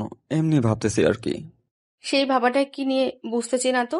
এরকম মুখ গোমরা করে বসে আছিস ঘুরতে বের হয়ে। ভালো লাগতেছে না কিছু। জবটা যে কবে হবে আর কবে যে তোকে নিজের করে নিতে পারবো সেটাই কল্পনা করতেছি। এত অধৈর্য হচ্ছিস কিসের জন্য? ধৈর্য ধর, আমি তো আছি, তোকে ছাড়া কোথাও যাব না। যদি মরেও যাই, বুঝেছিস? বাস্তবতাটা কিন্তু অন্যরকম, বুঝছিস? আমি যদি কোনো কিছু করতে না পারি তোকে কখনোই নিজের করে নিতে পারবো না, কারণ তোর বাবা অনেক বড় লোক আর আমি গরিব ঘরের একটা ছেলে। আমার বাবা মোটেও এইরকম না। আর তার থেকে বড় কথা হচ্ছে, তুই যদি নিজেকে আর কখনো গরিব বলেছিস, তাহলে তোকে আমি ছেড়ে কথা বলবো না। আচ্ছা, এসব বাদ দে। আর তোকে দেখতে কিন্তু আজকে অনেক সুন্দর লাগতেছে। আমার ইচ্ছা করতেছে তোকে গভীরভাবে একটু ভালোবাসতে। এত রোমান্টিক মুড কিন্তু ভালো না, বুঝতেছেন মিস্টার? আনরোমান্টিক হয়ে আর কতদিন থাকবে শুনি, মিসেস? সময় বলে দেবে কে আনরোমান্টিক আর কে রোমান্টিক, বুঝেছেন? সময় হোক, তারপর দেখিয়ে দেবো। ও আচ্ছা, তাই নাকি? আপনার সেই সময়টা কবে আসবে শুনি? যখন আমার সময়টা আসবে না, তখন দেখা যাবে আপনি অনেক ব্যস্ত হয়ে যাবেন। তাই বলতেছি, এখন এই সময়টা না হয় কাজে লাগিয়ে নেই। চলেন গিয়ে কোথাও বসি।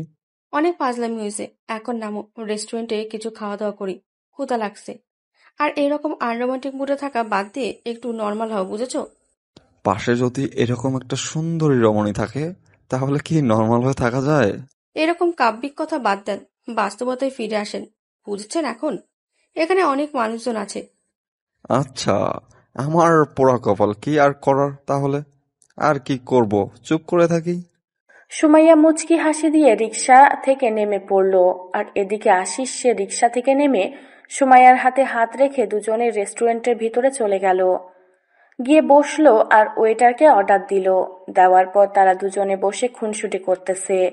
আর এদিকে আশিস সুমাইয়ার হাত নিয়ে খেলা করতেছে। আর সুমাইয়ার খুব ভালোই লাগতেছে আশিস এরকম দুষ্টুমিগুলো। অনেকক্ষণ দুষ্টুমি করার পর তাদের খাবার চলে আসলো। তারা খাওয়া দাওয়া শেষ করে উঠে যাবে, এই মুহূর্তে সুমাইয়ার ফোনে ফোন আসলো। সুমাইয়া ফোন হাতে নিয়ে দেখে যে মিতুর ফোন। কোথায় রে? তোর কোনো খোঁজ খবর পাওয়া যাচ্ছে না দুদিন থেকে। ব্যাপার কি? কই হারিয়ে গেছিস? আমি আবার কোথায় হারিয়ে যাব? তোর কোন খোঁজ খবর পাওয়া যাচ্ছে না? আমরা তো ঠিকই আছি, তুই তো ক্যাম্পাসে আসছিস না।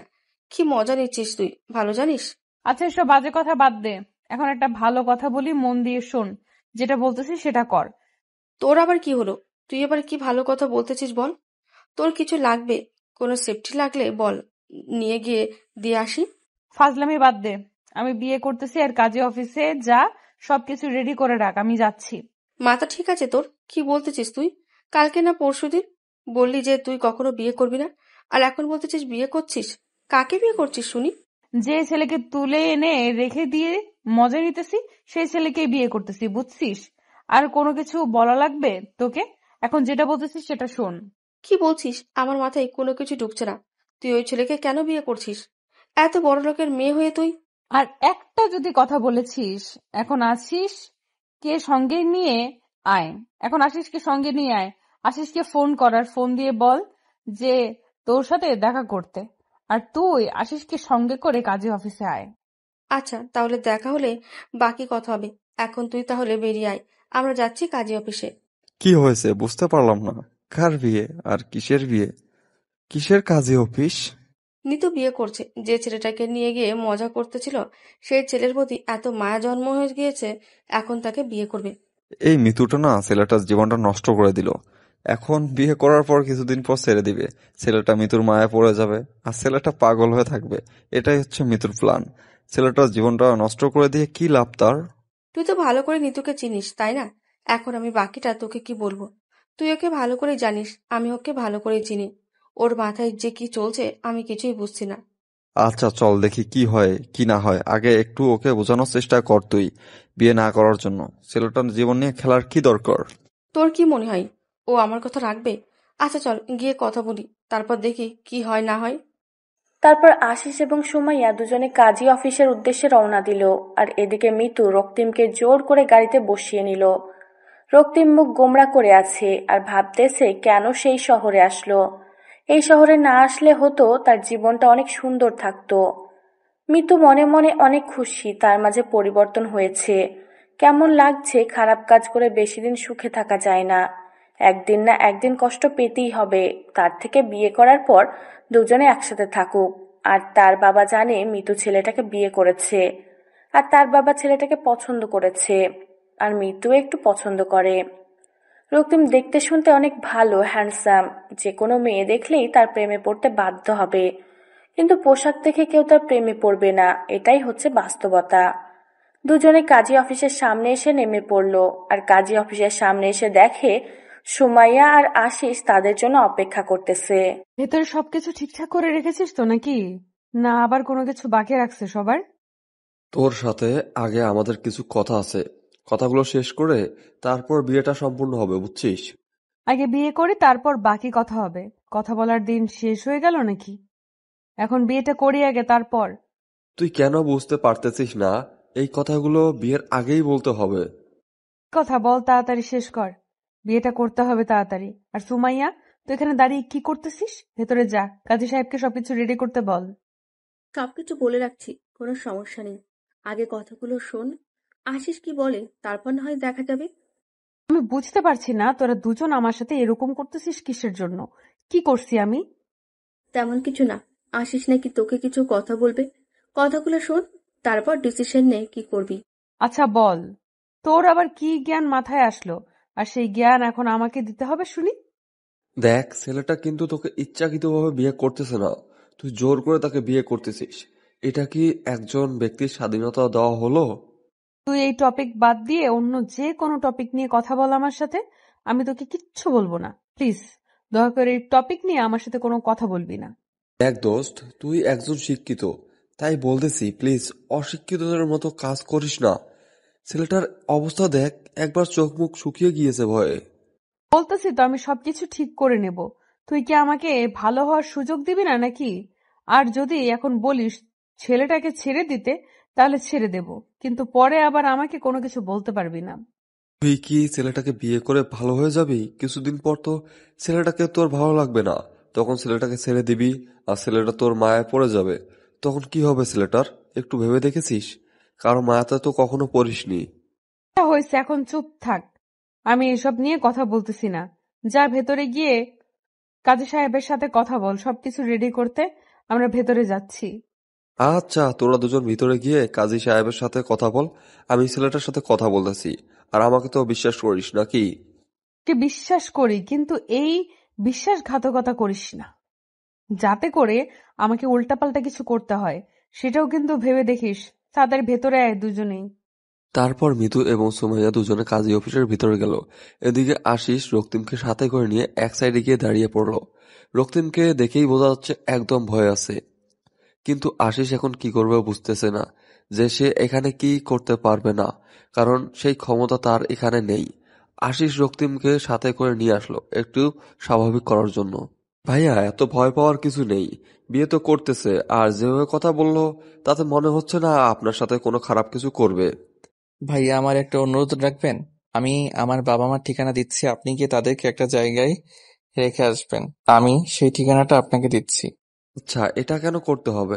আপনার বাবা মা তো গ্রামে বাসায় আছে, ঠিক আছে, সমস্যা কি? ভাইয়া, আমি আপনার পায়ে ধরে বলতেছি, প্লিজ আমার এই উপকারটা করে দেন। আমার এই কাজটা আপনি করে দেন। আমি সারা জীবন আপনার কৃতজ্ঞতা প্রকাশ করব, প্লিজ। আচ্ছা ভাইয়া, আমি সবকিছু করে দেব। এখন তো কিছুক্ষণ আপনার সাথে আমি আছি না, আজকে সারাদিন তো প্রায় আপনার সাথেই থাকবো। সো যাওয়ার আগে আপনার কাছ থেকে ডিটেলস গুলো নিয়ে তারপর চলে যাব। ঠিক আছে ভাইয়া, একটু দয়া করে আমার এই কাজটা করে দিবেন ভাইয়া, প্লিজ, আপনাকে আমি অনুরোধ করতেছি। দেখেন ভাইয়া, আমিও কিন্তু বড়লোকের ছেলে না, আমি একজন কৃষকের ছেলে। আমি আপনার ব্যাপারটা বুঝতে পারতেছি, আপনার উপর দিয়ে কি যাচ্ছে। আমি আপনার উপকার করে দেব, নির্ভয়ে থাকেন। ধন্যবাদ ভাইয়া, আমার এই কাজটা করে দিলে আমি সারা জীবনের জন্য আপনার কৃতজ্ঞতা প্রকাশ করব। এখন আমরা ভিতরে যাই আর বিয়েটা করে নেন। আপনার নতুন জীবনের জন্য শুভকামনা রইল। আর কথা হচ্ছে যে, মিতু যেটা বলবে সেটা শুনে চলেন, তাহলে হয়তো আপনি ভালো থাকতে পারবেন, না হলে আমার মনে হয় না আপনি ভালো থাকতে পারবেন। সেটাই তো করতেছে ভাইয়া। কেন যে এই শহরে আসলাম, আর কেন যে আমার সাথে এরকমটা হলো, এটা কি আমার ভাগ্যে লেখা ছিল? আপনার সাথে ভালো কিছু হতে পারে, তাই খারাপ না তো কিছু হওয়ার চান্সও আছে। দেখা যাক ভাইয়া, আমার কপালে কি আছে। আশিস রক্তিমকে সাথে করে নিয়ে কাজী অফিসের ভিতরে গেল। কাজী অফিসের ভিতরে গিয়ে দেখে সবকিছু রেডি, খালি রক্তিমের সিগনেচার দিলেই হয়ে যায়। তারপর রক্তিমকে সিগনেচার দিয়ে দিল, আর তারা এখন থেকে দুজন বৈধভাবে স্বামী স্ত্রী। রক্তিমের জীবনটা নিমেষেই পাল্টে গেল, আর সাথে সাথে মৃত্যুর জীবনটাও। রক্তিম কোনোভাবে বুঝতে পারতেছে না যে মৃত্যু কেন এরকম একটা ডিসিশন নিল, আর কেনই তার জীবনটা নিয়ে খেলতেছে। সবকিছু শেষ করে তারা দুজন বাসার উদ্দেশ্যে রওনা দিল, আর সাথে আশিস এবং সুমাইয়া দুজনে তো আছে। আর এদিকে মিতুর বাবা অনেকটা রাগ নিয়ে বসে আছে, কখন মিতু বাসায় ফিরবে, কারণ মিতুর বাবা সবকিছু জেনে গিয়েছে যে তারা দুজন বিয়ে করেনি। এমনিতেই ছেলের সাথে রাত কাটাচ্ছে, আর এটা শোনার পর কোনো বাবা রাগটা চরম পর্যায়ে উঠতেই থাকবে। মিতু গাড়ি থেকে নেমে যেই বাসার দিকে পা বাড়াবে, তখনই মিতুর বাবা মিতুর গালে এসে থাপ্পড় মেরে দিল। তোর বাচ্চা, তোকে আমি স্বাধীনতা দিয়েছি বলে এই না যে তুই যে কোনো ছেলের সাথে রাত কাটাবি। আমার আজকে লজ্জা হচ্ছে যে বাবা হয়ে তোকে আমি এরকম কথা বলতেছি। এর আগে আমাকে মেরে যেতে পারতি। বাবা একটু রাগটা কমাও, রাগটা তুলিও না, সবকিছু বলে দাও আমাকে। তুই আমার একমাত্র মেয়ে, তার জন্য তোকে আমি সবকিছু ছেড়ে দিয়েছি। তার জন্য এই নোংরা জঘন্যতম কাজ করবি? আমি এটা কখনো মেনে নিতে পারবো না। বাবা, তোমাকে কে বলেছে আমরা বিয়ে না করে একসাথে থাকতেছি? এই কথাটা তোমাকে কে বলেছে সেটা বলো। আমি কি কোনো কিছু বুঝি না? একজন বিবাহিত মানুষকে দেখলে বোঝা যায় তার চাল চলন। তুই যে ছেলেটার সাথে যে ব্যবহারগুলো করিস সেটা কি আমি দেখি না?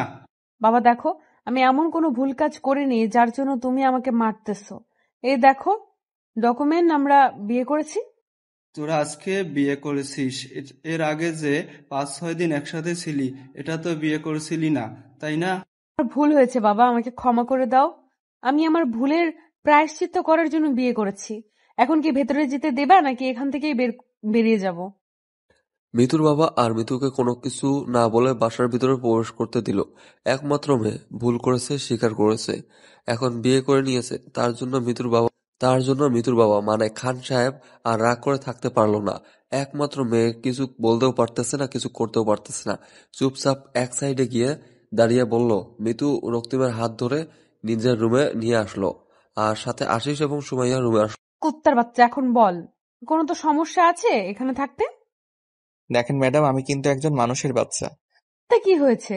তোকে আমি কুত্তার বাচ্চাই বলে সম্বোধন করবো, তোর কোনো সমস্যা আছে? আচ্ছা, আপনার খুশি, আমি তো আপনার গোলাম। সব গোলামকে যেটা খুশি সেটাই বলে সম্বোধন করবে মালিক, এটা স্বাভাবিক। বুঝতে পেরেছিস? তাহলে এত বকবক করতেছিস কিসের জন্য? চুপচাপ আমার জন্য এক কাপ কফি বানিয়ে নিয়ে আয়। আচ্ছা ঠিক আছে ম্যাডাম, আপনি যা বলবেন তাই। আর শোন, কাজের মেয়েকে বলিস বিস্কিট আর ফলমূল কেটে তাড়াতাড়ি রুমে পাঠিয়ে দিতে। আমার ফ্রেন্ডসরা এসেছে বললেই বুঝতে পারবে। ঠিক আছে বলতেছি। আর আমি কফি বানিয়ে নিয়েছি, আপনারা বসেন ভাইয়া। কথাটা বলে রুম থেকে বেরিয়ে গেল রক্তিম। চোখের কোণায় জমে থাকা পানি হাতের বুড়ো আঙ্গুল দিয়ে মুছে ফেলে দিল। আজকে থেকে তার এই কান্নাগুলো চলবে না, সবকিছু তাকে মুখ বুজে সহ্য করে নিতে হবে। এটা খুব ভালোভাবে বুঝতে পারল রক্তিম।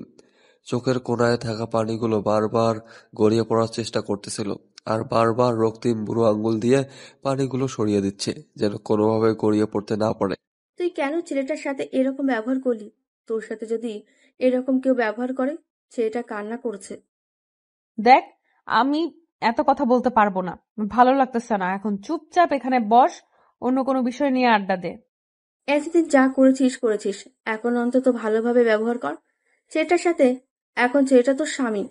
আচ্ছা ঠিক আছে, আমি ভালো চেষ্টা করব।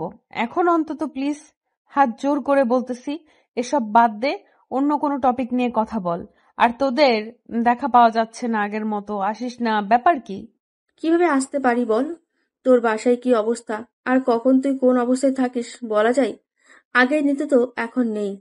তুই যে বলিস না আমি আগের মতোই আছি, কিন্তু তোরা আগের মতো নেই।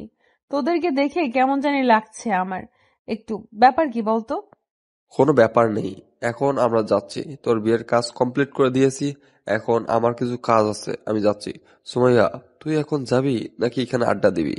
আমি এখানে থেকে কি করব? আমার পড়াশোনায় কিছু বাকি আছে, সেগুলো কমপ্লিট করতে হবে কালকে। আমার অ্যাসাইনমেন্ট আছে, সেগুলো জমা দিতে হবে।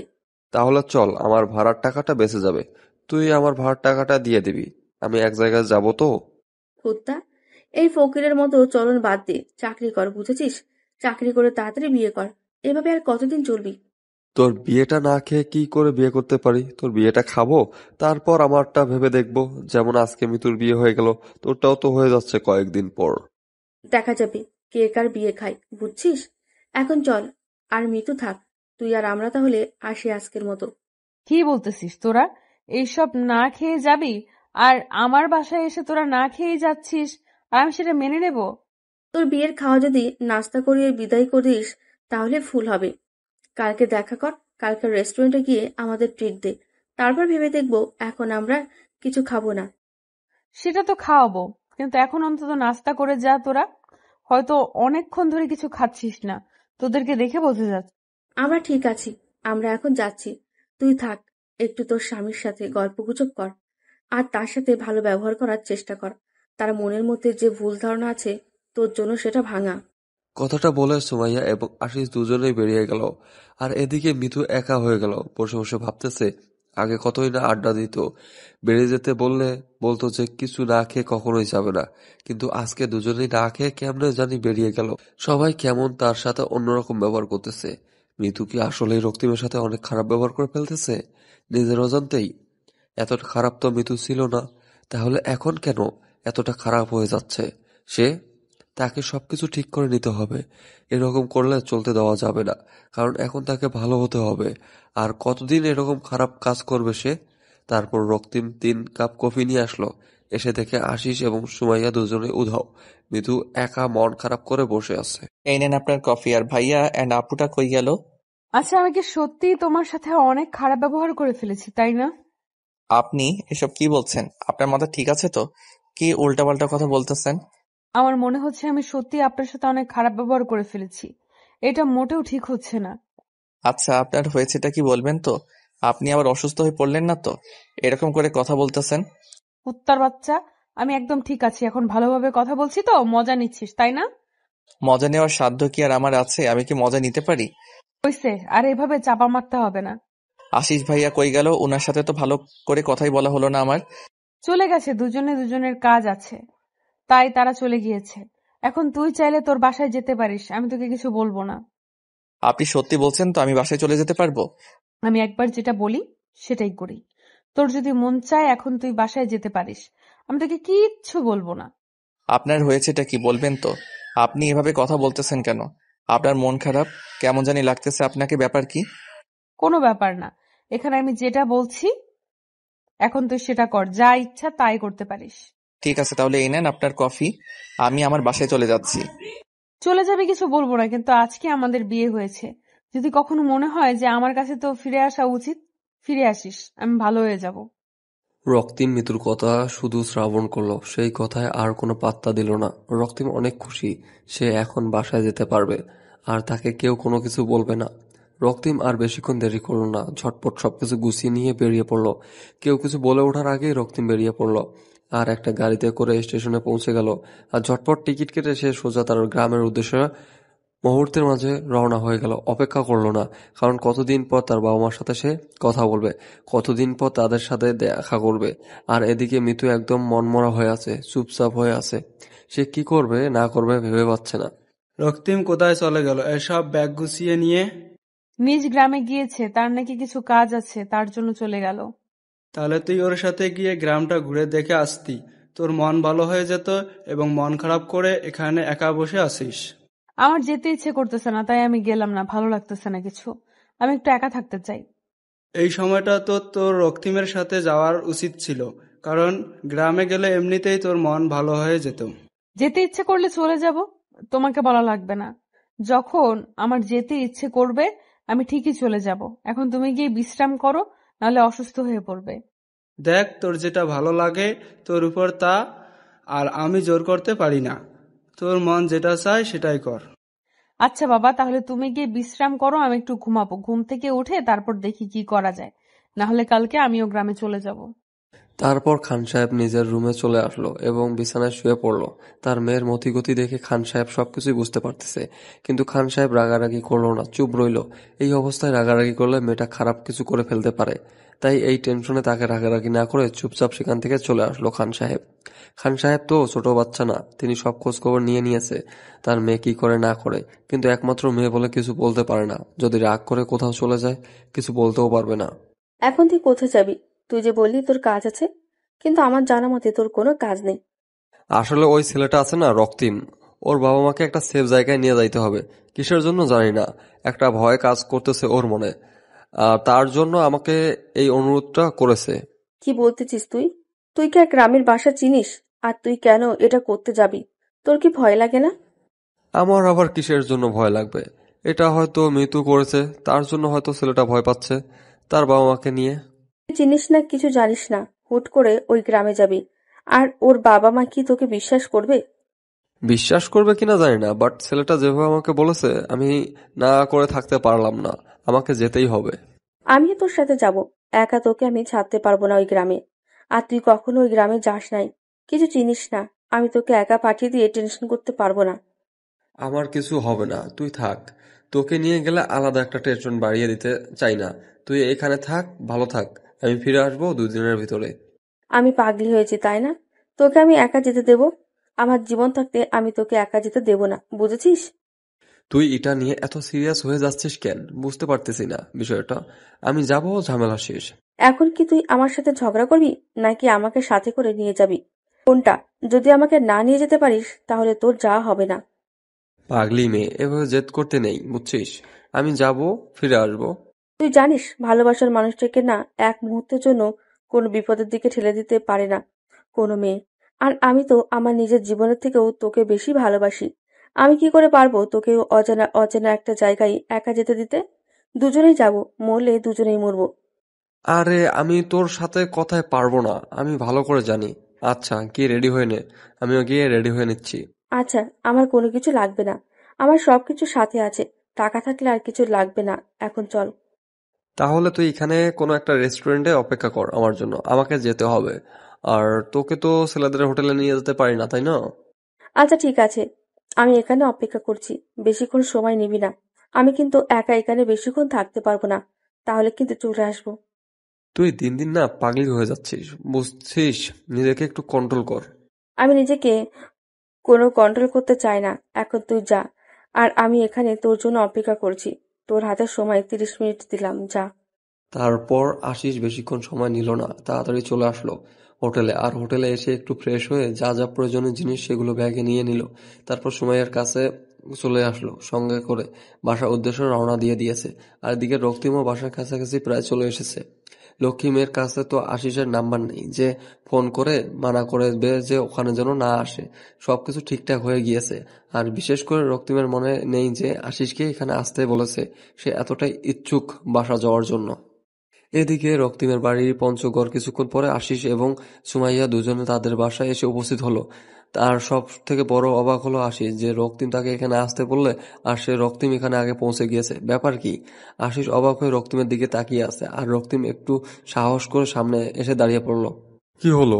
তুমি বাসায় আসলে কিভাবে এত তাড়াতাড়ি? আমি কি জানি আপনার বান্ধবীর কি হলো? আমাকে বললো যে আমি ইচ্ছা করলে বাসায় যেতে পারবো। আর আমি এক ছুটে ওখান থেকে বেরিয়ে এসেছি, সোজা এসে গাড়িতে করে বাসায় চলে আসলাম। মিতুকে আপনি কিছু জিজ্ঞেস করেননি যে কেন এরকমটা করতেছে আপনার সাথে, আর আপনাকে কেন বাসায় আসতে দিল? জিজ্ঞেস করেছিলাম তো উনি বলল যে আমার যা খুশি তাই করতে পারবো, উনি কোনো এখানে হস্তক্ষেপ করবেন না, তাই আমি আমার বাবা মার কাছে চলে আসলাম। আর আপনি যে মেয়েটাকে বিয়ে করলেন তার কি হবে? তাকে একদম ছেড়ে চলে আসলেন আপনি? এটাকে কি কেউ বিয়ে বলে বলেন তো? আর এভাবে বিয়ে করলে কি বিয়ে হয়ে যায়? আপনার কথা ঠিক আছে, বাট মেয়েটা কেন আপনাকে বাসায় আসতে দিল? আর কেন সবকিছু ঠিকঠাক করলো? নাকি তাকে একবারও জিজ্ঞেস করেছেন এটা আপনার সাথে আসবে নাকি না? কি যে বলেন না, মিতু এত বড়লোকের মেয়ে আসবে আমার এই ভাঙা বাড়িতে? আপনি তো দেখতেই পাচ্ছেন। আপনার যেহেতু বিয়ে করা বউ আসতেও পারতো, তাই না? আর যেমন করে হোক আপনাদের তো বিয়ে হয়ে গিয়েছে। আপনারা তো এখন বৈধভাবে স্বামী স্ত্রী। কি যে বলেন না আপু, আপনার মাথা ঠিক নেই। আচ্ছা আপু, আপনারা বসেন, নাস্তা করেন, আজকে থাকবেন আর গ্রামটা ঘোরাঘুরি করে কালকে চলে যাবেন শহরে। না ভাইয়া, আজকে আমরা তাহলে ফেরত যাব, আমাদের এক্সাম আছে তো। আর তোমার কথাটা রাখার জন্য আমি এসেছিলাম, আর তুমি এসেই পড়েছো, তাহলে থাকো, আমরা চলে যাচ্ছি। কি যে বলেন না ভাইয়া, আপনারা আজকে যেতে পারবেন না। আজকে আমার এই গরিবের ভাঙা বাড়িতে আপনাদের থাকতে হবে, আর কালকে গ্রামটা ঘুরে দেখে বিকেলে চলে যাবেন। আজকে থাকতে পারতেছি না ভাইয়া, আমরা আজকে আমাদেরকে চলে যেতেই হবে। আমরা তো তোমার বাসা দেখলাম, যে কোনো একদিন হুট করে চলে আসবো। আর সেদিন এসে তোমার গ্রামটা পুরোটা ঘুরে দেখবো, 2 দিন থাকবো। আচ্ছা একটু ভেবে দেখেন আজকে কি থাকা যায় কি না। থাকলে আমার অনেক ভালো লাগতো, আপনাদের সাথে অনেক আড্ডা দিতাম। না ভাইয়া, তাহলে আমরা আজকে ব্যাগ যাচ্ছি। তোমার সাথে খুব শীঘ্রই দেখা হবে ইনশাল্লাহ। তারপর আশিস সুমাইয়ার হাত ধরে সেখান থেকে চলে আসলো। সুমাইয়া একটু অবাক লাগতেছে যে আশিস তো এরকম করে না, কারোর সাথে কথা বলে না, সবসময় হাসি খুশি ভাবে সবার সাথে কথা বলে। আজকে কেমন জানি একটা রাগ করে তার ভিতরে অনুভব করতেছে সুমাইয়া। কিন্তু সুমাইয়া কেন চুপ করে কিন্তু সুমাইয়া কোনো কথা না বলে চুপচাপ করে আছে, কোনো কথা বলল না। হয়তো আশিস যেটা করতেছে ঠিক করতেছে। তারপর তারা যখন সেখান থেকে বেরিয়ে আসার সময় আশিসকে কোনো কিছু বলার সাহস আছে নাকি, কারণ আশিসের দিকে তাকিয়ে বোঝা যাচ্ছে যে আশিস এর অনেক রাগ আছে। সুমাইয়া চুপ করে রইল, আর আশিস একদম চুপ করে আছে, কোনো কথা বলতেছে না, গম্ভীর হয়ে বসে আছে। আমরা কিন্তু আজকে ওখানে থেকে যেতে পারতাম, বুঝছো? গ্রামটা কিন্তু অনেক সুন্দর। দেখতে পাচ্ছিস না রাস্তাগুলো কত সুন্দর, আর চারপাশে সবুজে ভরা। আমরা এখন মিতুর বাসায় যাব, আরো কি হয়েছে না হয়েছে সেটা শুনবো, তারপর বাকি কথা হবে। ওর এখন কোন ভূতে ধরেছে নাকি আর কি করতেছে নিজেই তো বুঝতে পারছি না আমি। যতই হোক ও আমাদের কিন্তু অনেক ছোটবেলার ফ্রেন্ড, আর হঠাৎ করে কি এমন ঘটে গেল যে এটা করলো? আচ্ছা চল তাহলে নিতুর বাসায় যাই, গিয়ে দেখি ওর আবার কোনো বিমূর্তি ধরলো না তো, তারপর বোঝা যাবে এখন। তারপর সুমাইয়া এবং আশিস দুজনের মিতুর বাসার উদ্দেশ্যে রওনা দিল। মিতুর বাসায় গিয়ে দেখে বাইরে মিতু একা হাঁটাহাঁটি করতেছে আর ফোনে গান বাজতেছে। মিতু, সুমাইয়া আর আশিসকে দেখে অবাক হয়ে গেল। এই সময় তারা এখানে, একটু আগে তো কাজের কথা বলে বেরিয়ে গেল। সব ভালোবাসা সবার মন মতো হয় না। যদি আজকে মিতু রক্তিমের সাথে এই ব্যবহারগুলো না করতো, আর রক্তিম থাকতো অপর প্রান্তে আর মিতু থাকতো অপর প্রান্তে, কেউ কারো দেখা পাইতো না। কখন কার জীবনে কি ঘটে যায় কেউ বলতে পারে না। কখন যে কার লাইফে কে চলে আসে কেউ সেটা বলতে পারবো না। উপরওয়ালা আগে থেকেই সবার লাইফে একজন ফিক্সড করে রেখেছে। আমরা যে এদিক ওদিক ছোটাছুটি করি এটা বৃথা, এটা নিজের সময় অপচয় করা ছাড়া আর কিছুই না। তোমার ভাগ্যে যে আছে তুমি ঠিকই একদিন তাকে খুঁজে পাবে, আর তার সাথেই তোমার যতদিন না দেখা হবে তুমি ততদিন কোনো মেয়ে বা কোনো ছেলের কাছে গিয়ে সুখে শান্তিতে থাকতে পারবে না। তোমার জন্য যে পার্মানেন্ট তার কাছে যাও, তোমার থেকে সুখী পারছেন কেউ হবে না। কিরে, তোরা দুজন আবার এখানে? তোরা না কোথায় যাবি? তোদের কি কাজ আছে? কাজের কথা বাদ দে, তোদের কি হয়েছে? রক্তিম বাসায় চলে গিয়েছে শুনলাম। তাকে যেতে দিয়েছি, নিজের সাথে নিজেই অনেক বোঝাপড়া করেছি। ছেলেটার সাথে অনেক অন্যায় করে ফেলেছি। তাহলে বিয়ের আগে এই কথাটা ভাবলি না কিসের জন্য? বিয়ে করেছিলি, ছেড়ে দিলি যে, আর এখন তুইও এদিকে তাকে নিয়ে ভাবতেছিস? বাদ দে ওসব কথা, আমার জীবন আমি দেখে নেব। এখন বল, তোরা কি খাবি? তোদেরকে তাই খাওয়াবো। তাও একটু ভেবে দেখলে ভালো হতো বলছি। এই বিষয়টা নিয়ে এভাবে সবকিছু শেষ করে কি ঠিক হবে? বিয়ে করার পর একরকম দুজন দুই দিকে। আরে বাদ দে না এসব, কোনো কথা বলে লাভ হবে না। এখন যা হওয়ার তা তো হয়ে গিয়েছে। এখন তোদের খবর বল, তোরা কবে বিয়ে করতেছিস? আমরা আবার কিসের বিয়ে করব? আমরা তো বন্ধু, আমাদের মধ্যে সবকিছু ঠিকঠাক আছে। কিসের কার সাথে কার বিয়ে? দেখ, একদম নোংরামি করার চেষ্টা করবি না। এইভাবে আমার কাছে লুকানো হচ্ছে, তাই না? ঠিক আছে। আসলে তুই তো আগে থেকে জানিস আমি আশিসকে পছন্দ করতাম, ওকে বলে দিয়েছি, আর আশিসও রাজি হয়ে গেছে, তাই একটু আর কি। ও আচ্ছা, তাহলে তো ভালো খবর। তো বিয়েটা কবে করতেছিস? কবে বিয়েটা অ্যাটেন্ড করতে পারবো? এই তো জবের জন্য ট্রাই করতেছি, জবটা হয়ে গেলে বিয়ে করতেছি, বেশি সময় নেব না। আমার বাবার অফিসের একজন ম্যানেজার লাগবে। তুই তো সেই পোস্টে নিযুক্ত হতে পারিস, যদি তোর খারাপ না লাগে যে তোর ফ্রেন্ডের রেফারেন্সে তুই চাকরি করবি। এটা যদি তোর ইগোতে না লাগে, আমাকে যদি ভালো বন্ধু মনে করিস, তাহলে আমি তোর জন্য কথা বলতে পারি। আমার আবার কিসের ইগো? তুই আমার বন্ধু, তুই আমাকে হেল্প করবি, আর আমি সেই হেল্প নিব না? আমি ওই রকম ছেলে না। আচ্ছা ঠিক আছে, তাহলে আমি আব্বুর সাথে রাত্রে এই বিষয়ে কথা বলে কালকে তোকে জানিয়ে দেব। ডাকে তুই একটু দেখে আসিস। আচ্ছা ঠিক আছে, তাহলে আমি যাবো, সমস্যা নেই। এখন চল, অনেক দিন থেকে ঘোরাঘুরি করা হয় না, একটু ঘোরাঘুরি করে আসি। আচ্ছা একটু ওয়েট কর, আমি ভেতরে গিয়ে তারপর গাড়ির চাবিটা নিয়ে আসতেছি। আমারও মন ভালো না, একটু বাইরে গেলে হয়তো মনটা ভালো হয়ে যাবে। তারপর তারা তিনজন বেরিয়ে গেল আড্ডা দেওয়ার উদ্দেশ্যে। যেদিকে তাদের ইচ্ছা করতেছে সেদিকেই যাচ্ছে। অনেকক্ষণ ঘোরাঘুরি করলো, রেস্টুরেন্টে খাওয়া দাওয়া করলো, অনেক মজা করলো। সবকিছু যেন ভুলে গিয়েছে এক মুহূর্তে মিতু। বন্ধুদের সাথে থাকলে কোনো কিছুই মনে পড়ে না, এটা স্বাভাবিক। সময়ে তারা ফাজলামি করে, নানা ধরনের টপিক নিয়ে কথা বলে। তারা পার্সোনাল লাইফে যত কষ্ট থাকুক না কেন, তার কোনো কিছুই মনে পড়ে না বন্ধুদের কাছে গেলে। এদিকে রক্তিম বাসায় এসে বাসার কাজ করতেছে, তার বাবাকে সাহায্য করতেছে কাজে, তার আম্মুকে হেল্প করতেছে। অনেকদিন পর রক্তিম মনে হচ্ছে যে নিজের ভিতরে স্বস্তি খুঁজে পেয়েছে। সবকিছু শেষ করে দিয়েছে সেখানে। অনেক ভালো কাটাচ্ছে দিনকাল। এভাবে চলতে থাকলে প্রায় আজকে 6 মাস হয়ে গেল। কেউ কারো কোনো খোঁজ খবর নিচ্ছে না। আর এদিকে আশিস এবং সুমাইয়া বিয়ে করে নিয়েছে 2 মাস হলো। আর আশিস কখনো রক্তিমের বাসায় যায়নি, এবং মিতু কখনো খোঁজ খবর নেওয়ার চেষ্টাও করেনি। আমরা তো বিয়ে করে ফেললাম, আর রক্তিম ভাইয়ের গ্রামে যাওয়ার কথা তো আমাদের ছিল, গেলাম না। চলো না, এই ছুটিতে ওই গ্রামে গিয়ে কাটিয়ে আসি। আরে আমি তো ভুলেই গিয়েছিলাম ওর বাসায় যাওয়ার কথা, তুমি মনে করে দিয়েছো, যাই হোক ভালোই হলো। তাহলে কালকে তুমি সবকিছু রেডি করে রাখিও, পরশুদিন যাব। আচ্ছা ঠিক আছে, মৃদুকে সাথে করে নিয়ে গেলে কেমন হয়? আমি ওকে বলবো না যে আমরা রক্তিম ভাইয়ের বাসায় যাচ্ছি। আইডিয়াটা কিন্তু মন্দ না, অনেকদিন থেকে সবাই একসাথে কোথাও যাওয়া হয় না। আমি অফিসের কাজে ব্যস্ত থাকি, তুমি বাসার কাজে ব্যস্ত থাকো। মিথু যে কি করতেছে তেমন খোঁজ খবর নেওয়া হয় না। আচ্ছা তাহলে তুমি গিয়ে ফ্রেশ হয়ে নাও, আমি তোমাকে খাবার দিচ্ছি রাত্রে। এখন মিতুকে জানাবো যে আমরা ঘুরতে যাচ্ছি, তুই আমাদের সাথে চল। আচ্ছা ঠিক আছে, তোমার যেটা ভালো মনে হয় সেটা করো। কিন্তু মিতু যদি বুঝতে পারে তাহলে হয়তো যাবে না। হয়তো তুমি মিতু ভুলে গিয়েছে ছেলেটাকে।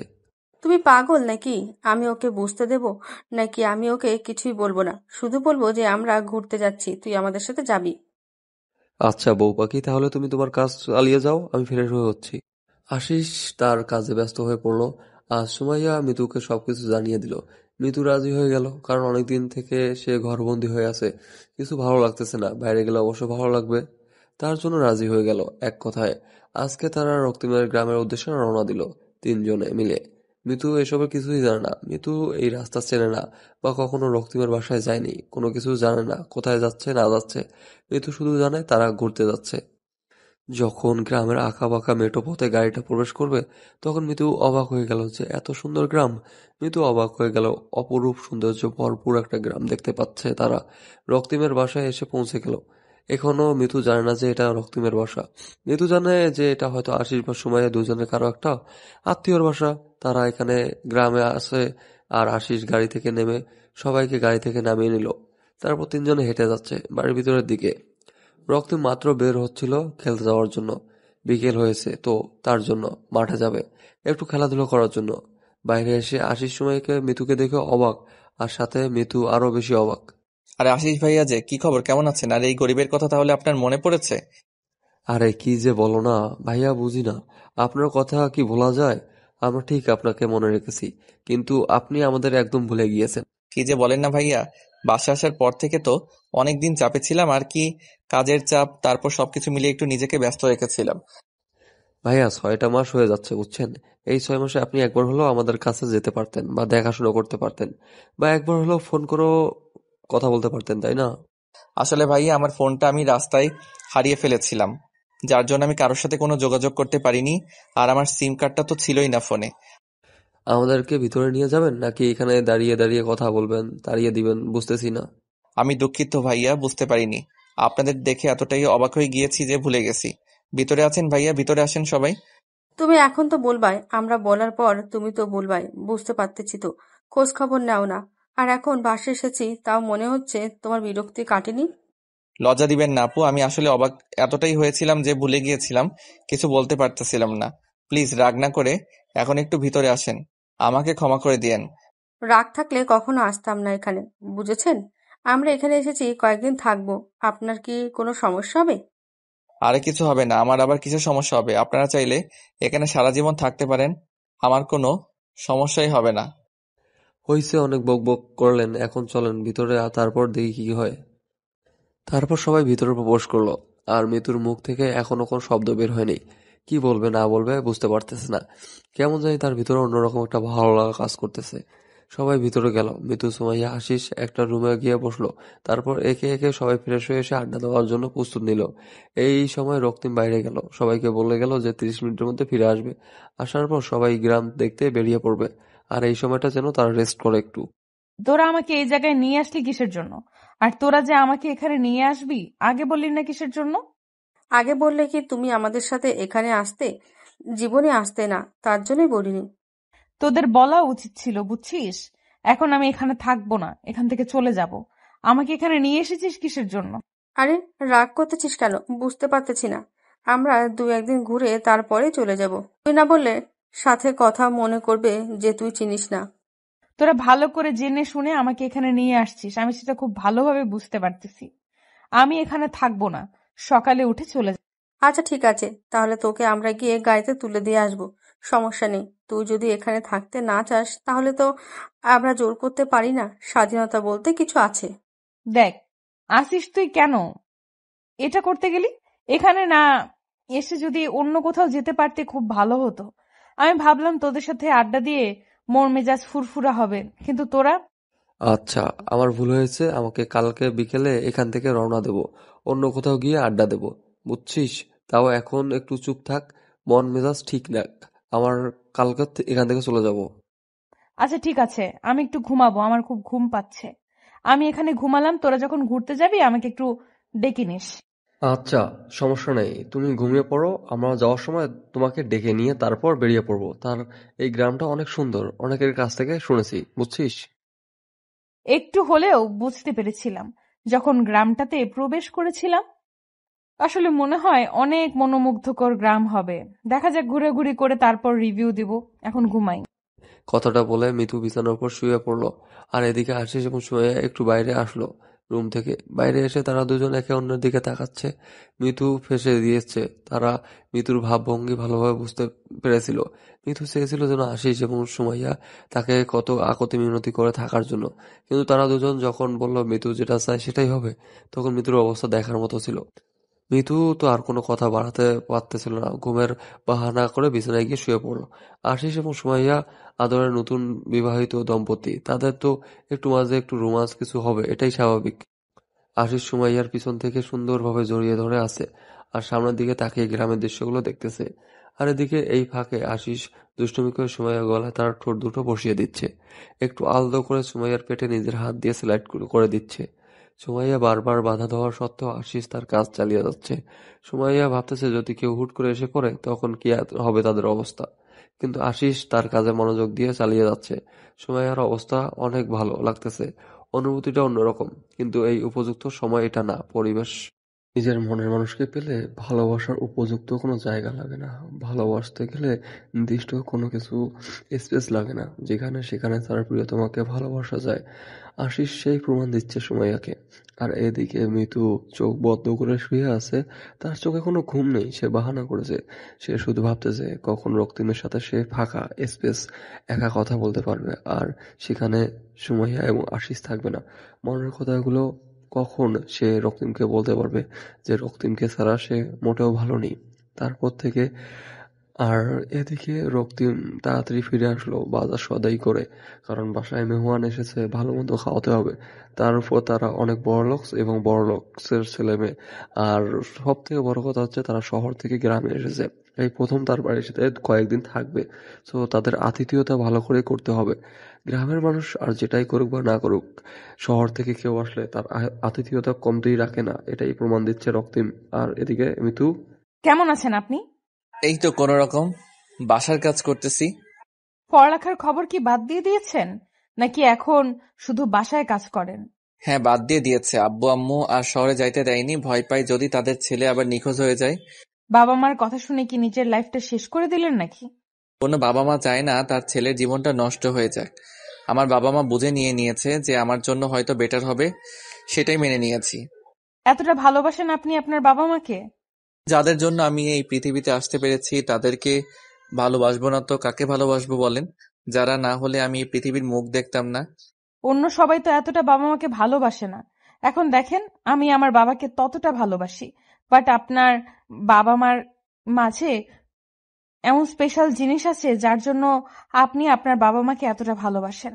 বাবা মার ভালোবাসার মাঝে স্পেশাল কোনো কিছু খুঁজতে নেই।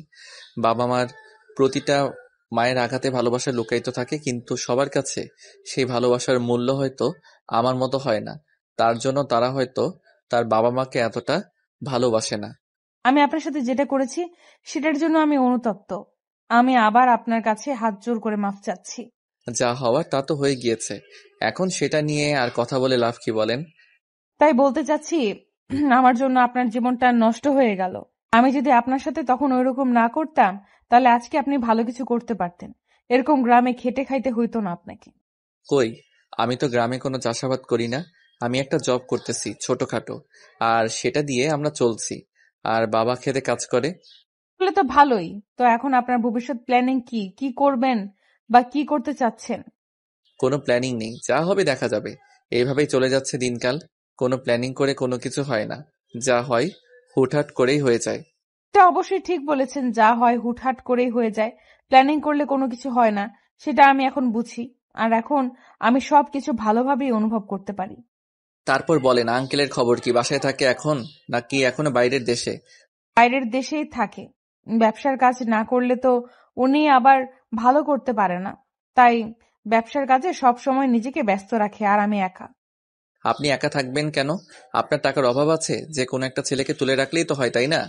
জীবনে কিন্তু একবার ভুল করে, কিন্তু দ্বিতীয়বার ভুলটা কখনো করতে চায় না, যদি সেই মানুষটা জানে কাজটা ভুল।